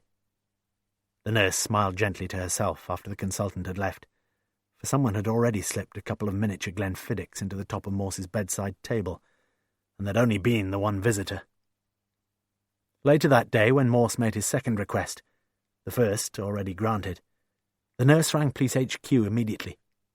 Lewis and Strange, Morse wanted to see them. Right old mess you've got yourself into, Morse. Looks like it, I'm afraid. Just you keep hold of the hooks, old mate, and that's an order. Can you ask Lewis? Of course. Lewis. Morse spoke the name very quietly but quite clearly. Lewis decided to speak a few comforting thoughts aloud. All you've got to do, promise me, is do what they say. And what I really want to say is thank you for... But Lewis could get no further. And in any case, Morse had closed his eyes. Just a little word from Morse, that would have been enough. But it wasn't to be. A nurse was standing beside him. I'm afraid we must ask you to go. At 4:20 p.m, Morse seemed to rally a little, and held his hand up for the nurse. Drop more scotch, he whispered. She put her arm around his shoulders, pulled him towards her, and held the glass to his lips. For just a little while Morse opened his eyes and looked up at her. Please, thank Lewis for me. But so softly spoken were the words that she wasn't quite able to catch them. The call came through to Sergeant Lewis just after 5 p.m. Before leaving for Heathrow, Lewis had informed Chief Superintendent Strange that it would be wholly inappropriate for him to continue in the Harrison case. He was exhausted mentally, physically, emotionally, and, well, he just begged for a rest. And Strange had granted his request. I'm going to put someone in charge who's considerably more competent than you and Morse ever were. Yourself, sir? That's it, smiled Strange sadly. You have 2 or 3 days off from tomorrow. There are 1 or 2 things that Morse... Strange lumbered round the table and placed a vast hand on Lewis's shoulder. You've got a key? Lewis nodded. Just bring Harrison's senior straight to me. Lewis nodded. He was full up to the eyes and left without a further word. Mr. Frank Harrison, it's my duty as a police officer to inform you that I'm authorised to remand you into temporary custody on 2 counts. First, on suspicion of the murder of Mr. John Barron of Lower Swinstead on the 3rd of August 1998.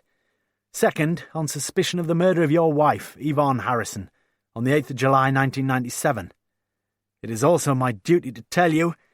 Just one favour, Sergeant, if that's all right. What have you got in mind? A pint of real ale. The bars are open here and... OK. Dixon stood beside him as Harrison ordered a pint of Bass and a large gin and tonic, whilst Lewis sat at a nearby table, momentarily alone with Maxine Ridgway. You know, she said very firmly, you're quite wrong about one thing. I don't know too much about Frank's life, but it does just so happen that I was with him the night that his wife was murdered. We were together in his London flat. I was there when the phone rang and when he ordered a taxi to Paddington. Frank Harrison was standing by the table now. Why don't you learn to keep your mouth shut, woman? But his voice was resigned rather than angered. The damage had been done. In the back of the police car as it returned to Oxford, Lewis realised, with an added sadness, that Morse had been wholly wrong as it now transpired in his final analysis of the Harrison murder. Frank Harrison, if his lady friend were to be believed, just could not have murdered his wife that night, and the police must have been right in the original inquiry to cross him off their suspect list. Harrison spoke just after Dixon had turned onto the A40 for Oxford. You know, I'm looking forward to seeing Morse again. I met him at Barron's funeral, but I don't think we got on very well. He won't be meeting you anywhere, sir.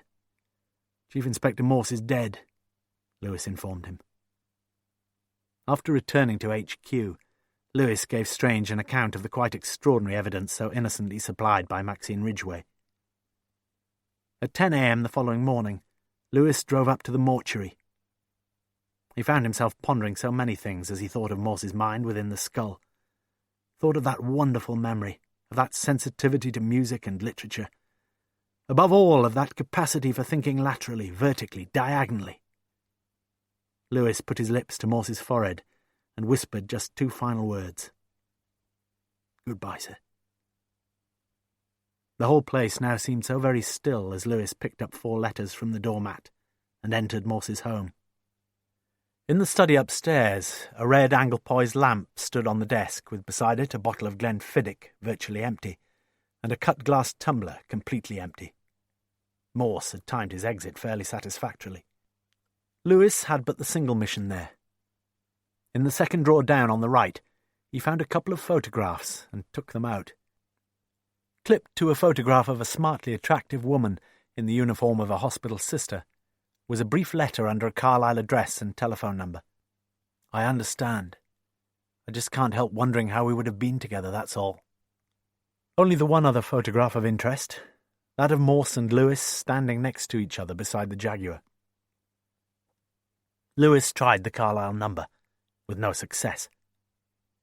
On the floor to the right of the desk lay a buff-coloured folder, its contents splayed out as if perhaps it may have been knocked down accidentally, and he picked it up.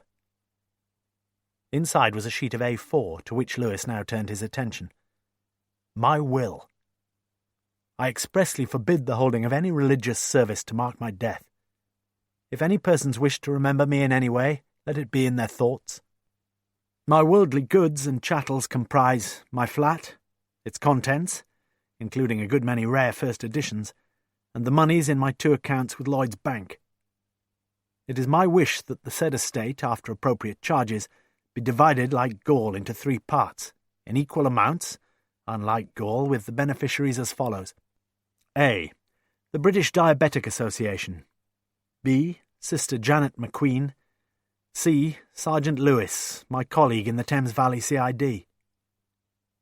For several minutes Lewis sat where he was, unmoving but deeply moved. He looked down at the several sheets of paper remaining in the folder, marked on the first page, "Notes on the Harrison case," and all written in Morse's hand. Then he opened the second drawer down again and took out the photograph of the Jaguar and slipped it into the folder. And noticed something else there, pushed to the back of the drawer. A pair of handcuffs. Lewis finished reading through the folder early that same evening. It was only when he'd come to the last 3 sheets that he was aware of the wholly new tenor of Morse's thinking. From the start of this case, one person stood out high above the others in firmness of purpose, daring and clarity of mind. Frank Harrison. Now, clearly, Frank Harrison is someone with a very strong sexual drive, and inevitably, when they were away from each other, Yvonne knew what he was up to, just as he knew what she was up to, and for that reason I can find no compelling motive for Frank Harrison to have murdered his wife. It is now my view, I look forward to interviewing Frank H. on the matter, that Flynn was not in fact paid for fixing his taxi times for the purpose of Harrison's alibi. He was paid for something different. Until so very recently I thought that Simon had ample motive and must have murdered his mother. As you know, I was wrong. But there was someone else who had an even more compelling motive, with the other facts fitting equally convincingly. Sarah Harrison. She and Baron had been secret lovers for a year or so before Yvonne's murder. I learned something about this from Bert of the Maiden's Arms, who had seen the two of them together at the 3 Pigeons in Witney, when he was playing away in the Cribbage League. On that fateful evening Sarah called home unexpectedly, and found her secret lover in bed with her mother, God help us. She was already known to Rep, as well as to Baron, of course, but where does that opportunistic fellow Flynn fit into the picture this time? There is now ample proof that he knew Sarah fairly well, because in the years before the murder the pair of them had performed in a pop group together in several pubs and clubs. And that's almost it, Lewis. There remains just the one final matter to settle.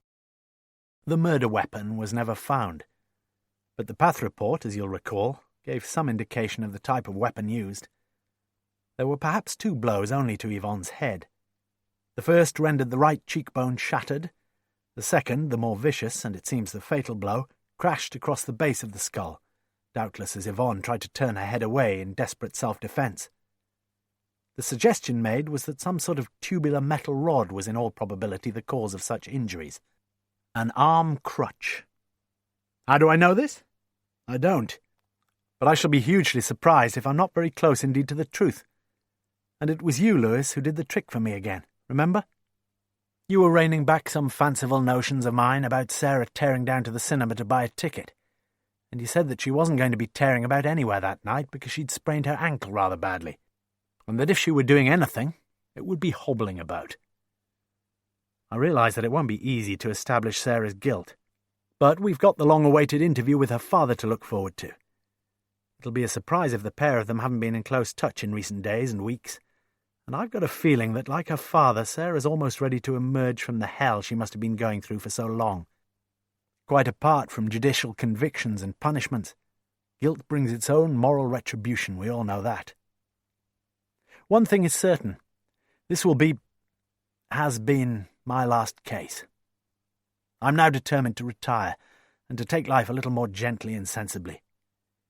We've tackled so many cases together, old friend, and I'm very happy and very proud to have worked with you for so long.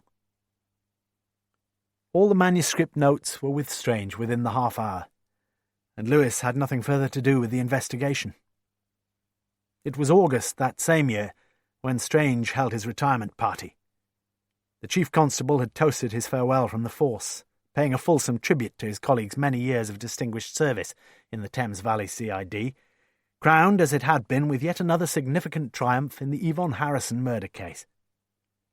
For his part, Strange had spoken reasonably wittily and blessedly briefly, and had included a personal tribute to Chief Inspector Morse.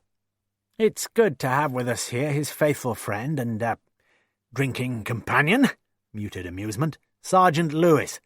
Hear, hear, all round." Morse had no funeral service and no memorial service, just as he wished, but I make no apology for remembering him here this evening because, quite simply, he had the most brilliant mind I ever encountered in the whole of my police career. Lewis had no wish to stay too long amid the backslapping and the reminiscences, and soon made his way upstairs to the deserted canteen, wishing to be alone with his thoughts for a while. The conclusion to the Harrison case had proved pretty much, though far from exactly, as Morse had predicted. 2 hours after her father had been taken to HQ for questioning, Sarah Harrison had presented herself voluntarily and made a full confession to the murder of her mother, making absolutely no apology for anything, except for causing her father all that pain and agony of spirit. And Frank Harrison himself had by degrees unburdened himself of his manifold sins and wickednesses, including the subsequent murder of his wife's lover, John Barron. His actions, after receiving his daughter's frantic phone call on the night of Yvonne's murder, had been straightforward. Train to Oxford, then taxi to Lower Swinstead, whence Barron had long since fled. Harrison had paid off Flynn, expecting him to drive away forthwith, thereafter very quickly dispatching his distraught daughter home. Coolly and ruthlessly he'd taken over. Yvonne was already handcuffed, presumably for some bizarre bondage session, and what a blessing that had been. He'd tied a gag lightly around her mouth, gone onto the patio and smashed in the glass of the French window. He turned the lights on, and finally he'd decided to activate the burglar alarm. He would just walk the half-mile or so to the next house.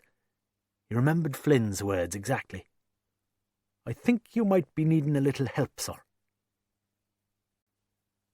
"Didn't you want any food?" "No, thank you, sir. I've got a meal waiting at home." "Ah, yes, of course." Strange lowered himself rather gingerly onto the inappropriately small chair opposite. "Talking of eating, Lewis, what the hell's eating you, pray?"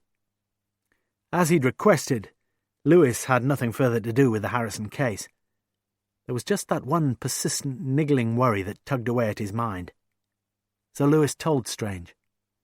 Told him of the unease he'd felt from the beginning of the case, that Morse had originally voiced such vehement opposition to taking on the case, and yet had spent the last days of his life doing little else than trying to fathom its complexity. "And that's all that's been bothering you?" "All? Look, tell me, what's the very worst thing you think he could have done?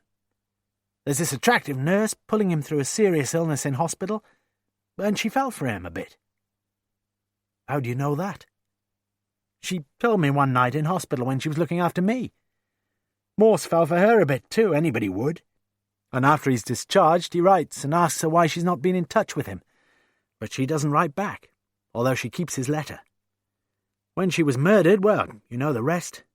Morse was on another case at the time, and he said it was too much for the pair of you to take on another. Only after he'd found his own letter."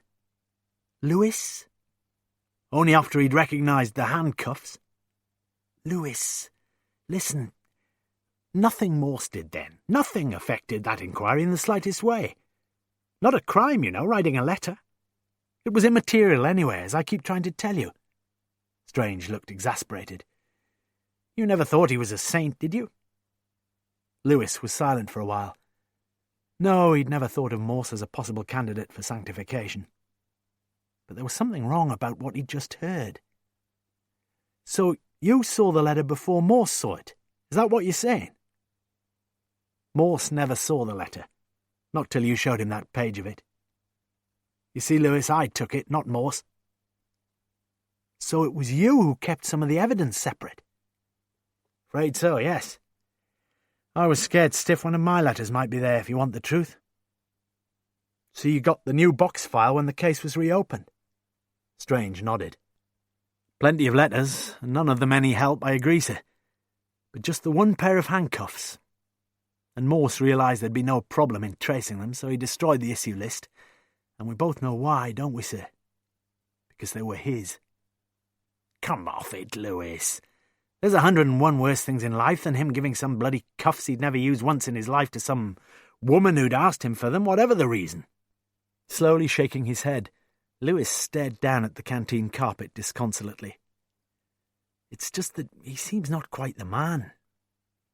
And you can't forgive him for that. Of course I can forgive him, just a bit of a jolt, that's all. After all those years we were together. Strange struggled to his feet. I'd better get back downstairs. Lewis got to his feet. The two policemen shook hands, and the interesting exchange was apparently over. But not so. Halfway to the canteen exit, Strange suddenly turned round and came back to the table. Do you remember those issue lists for handcuffs, Lewis? It's a long time ago. Well, they're just handwritten lists, kept up to date in a series of columns. Date, name, rank, serial number, just like this. Strange took a folded sheet of A4 from an inside pocket.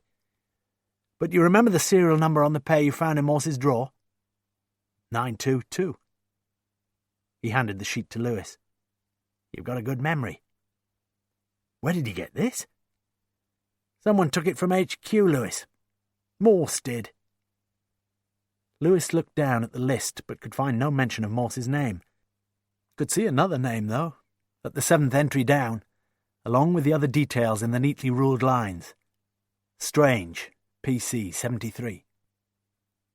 You mean? I mean, Lewis, that Morse knew I was having an affair with Yvonne Harrison. He pinched that form, and he kept it till after the wife's funeral. Then he gave it to me. Said it would be useless without the cuffs, which he said he was going to keep anyway, just in case I ever did anything bloody stupid. And he said exactly what I said to you a few minutes ago. Nothing that happened then had affected the inquiry in the slightest way. Is that clear, Lewis? Yes, it was clear.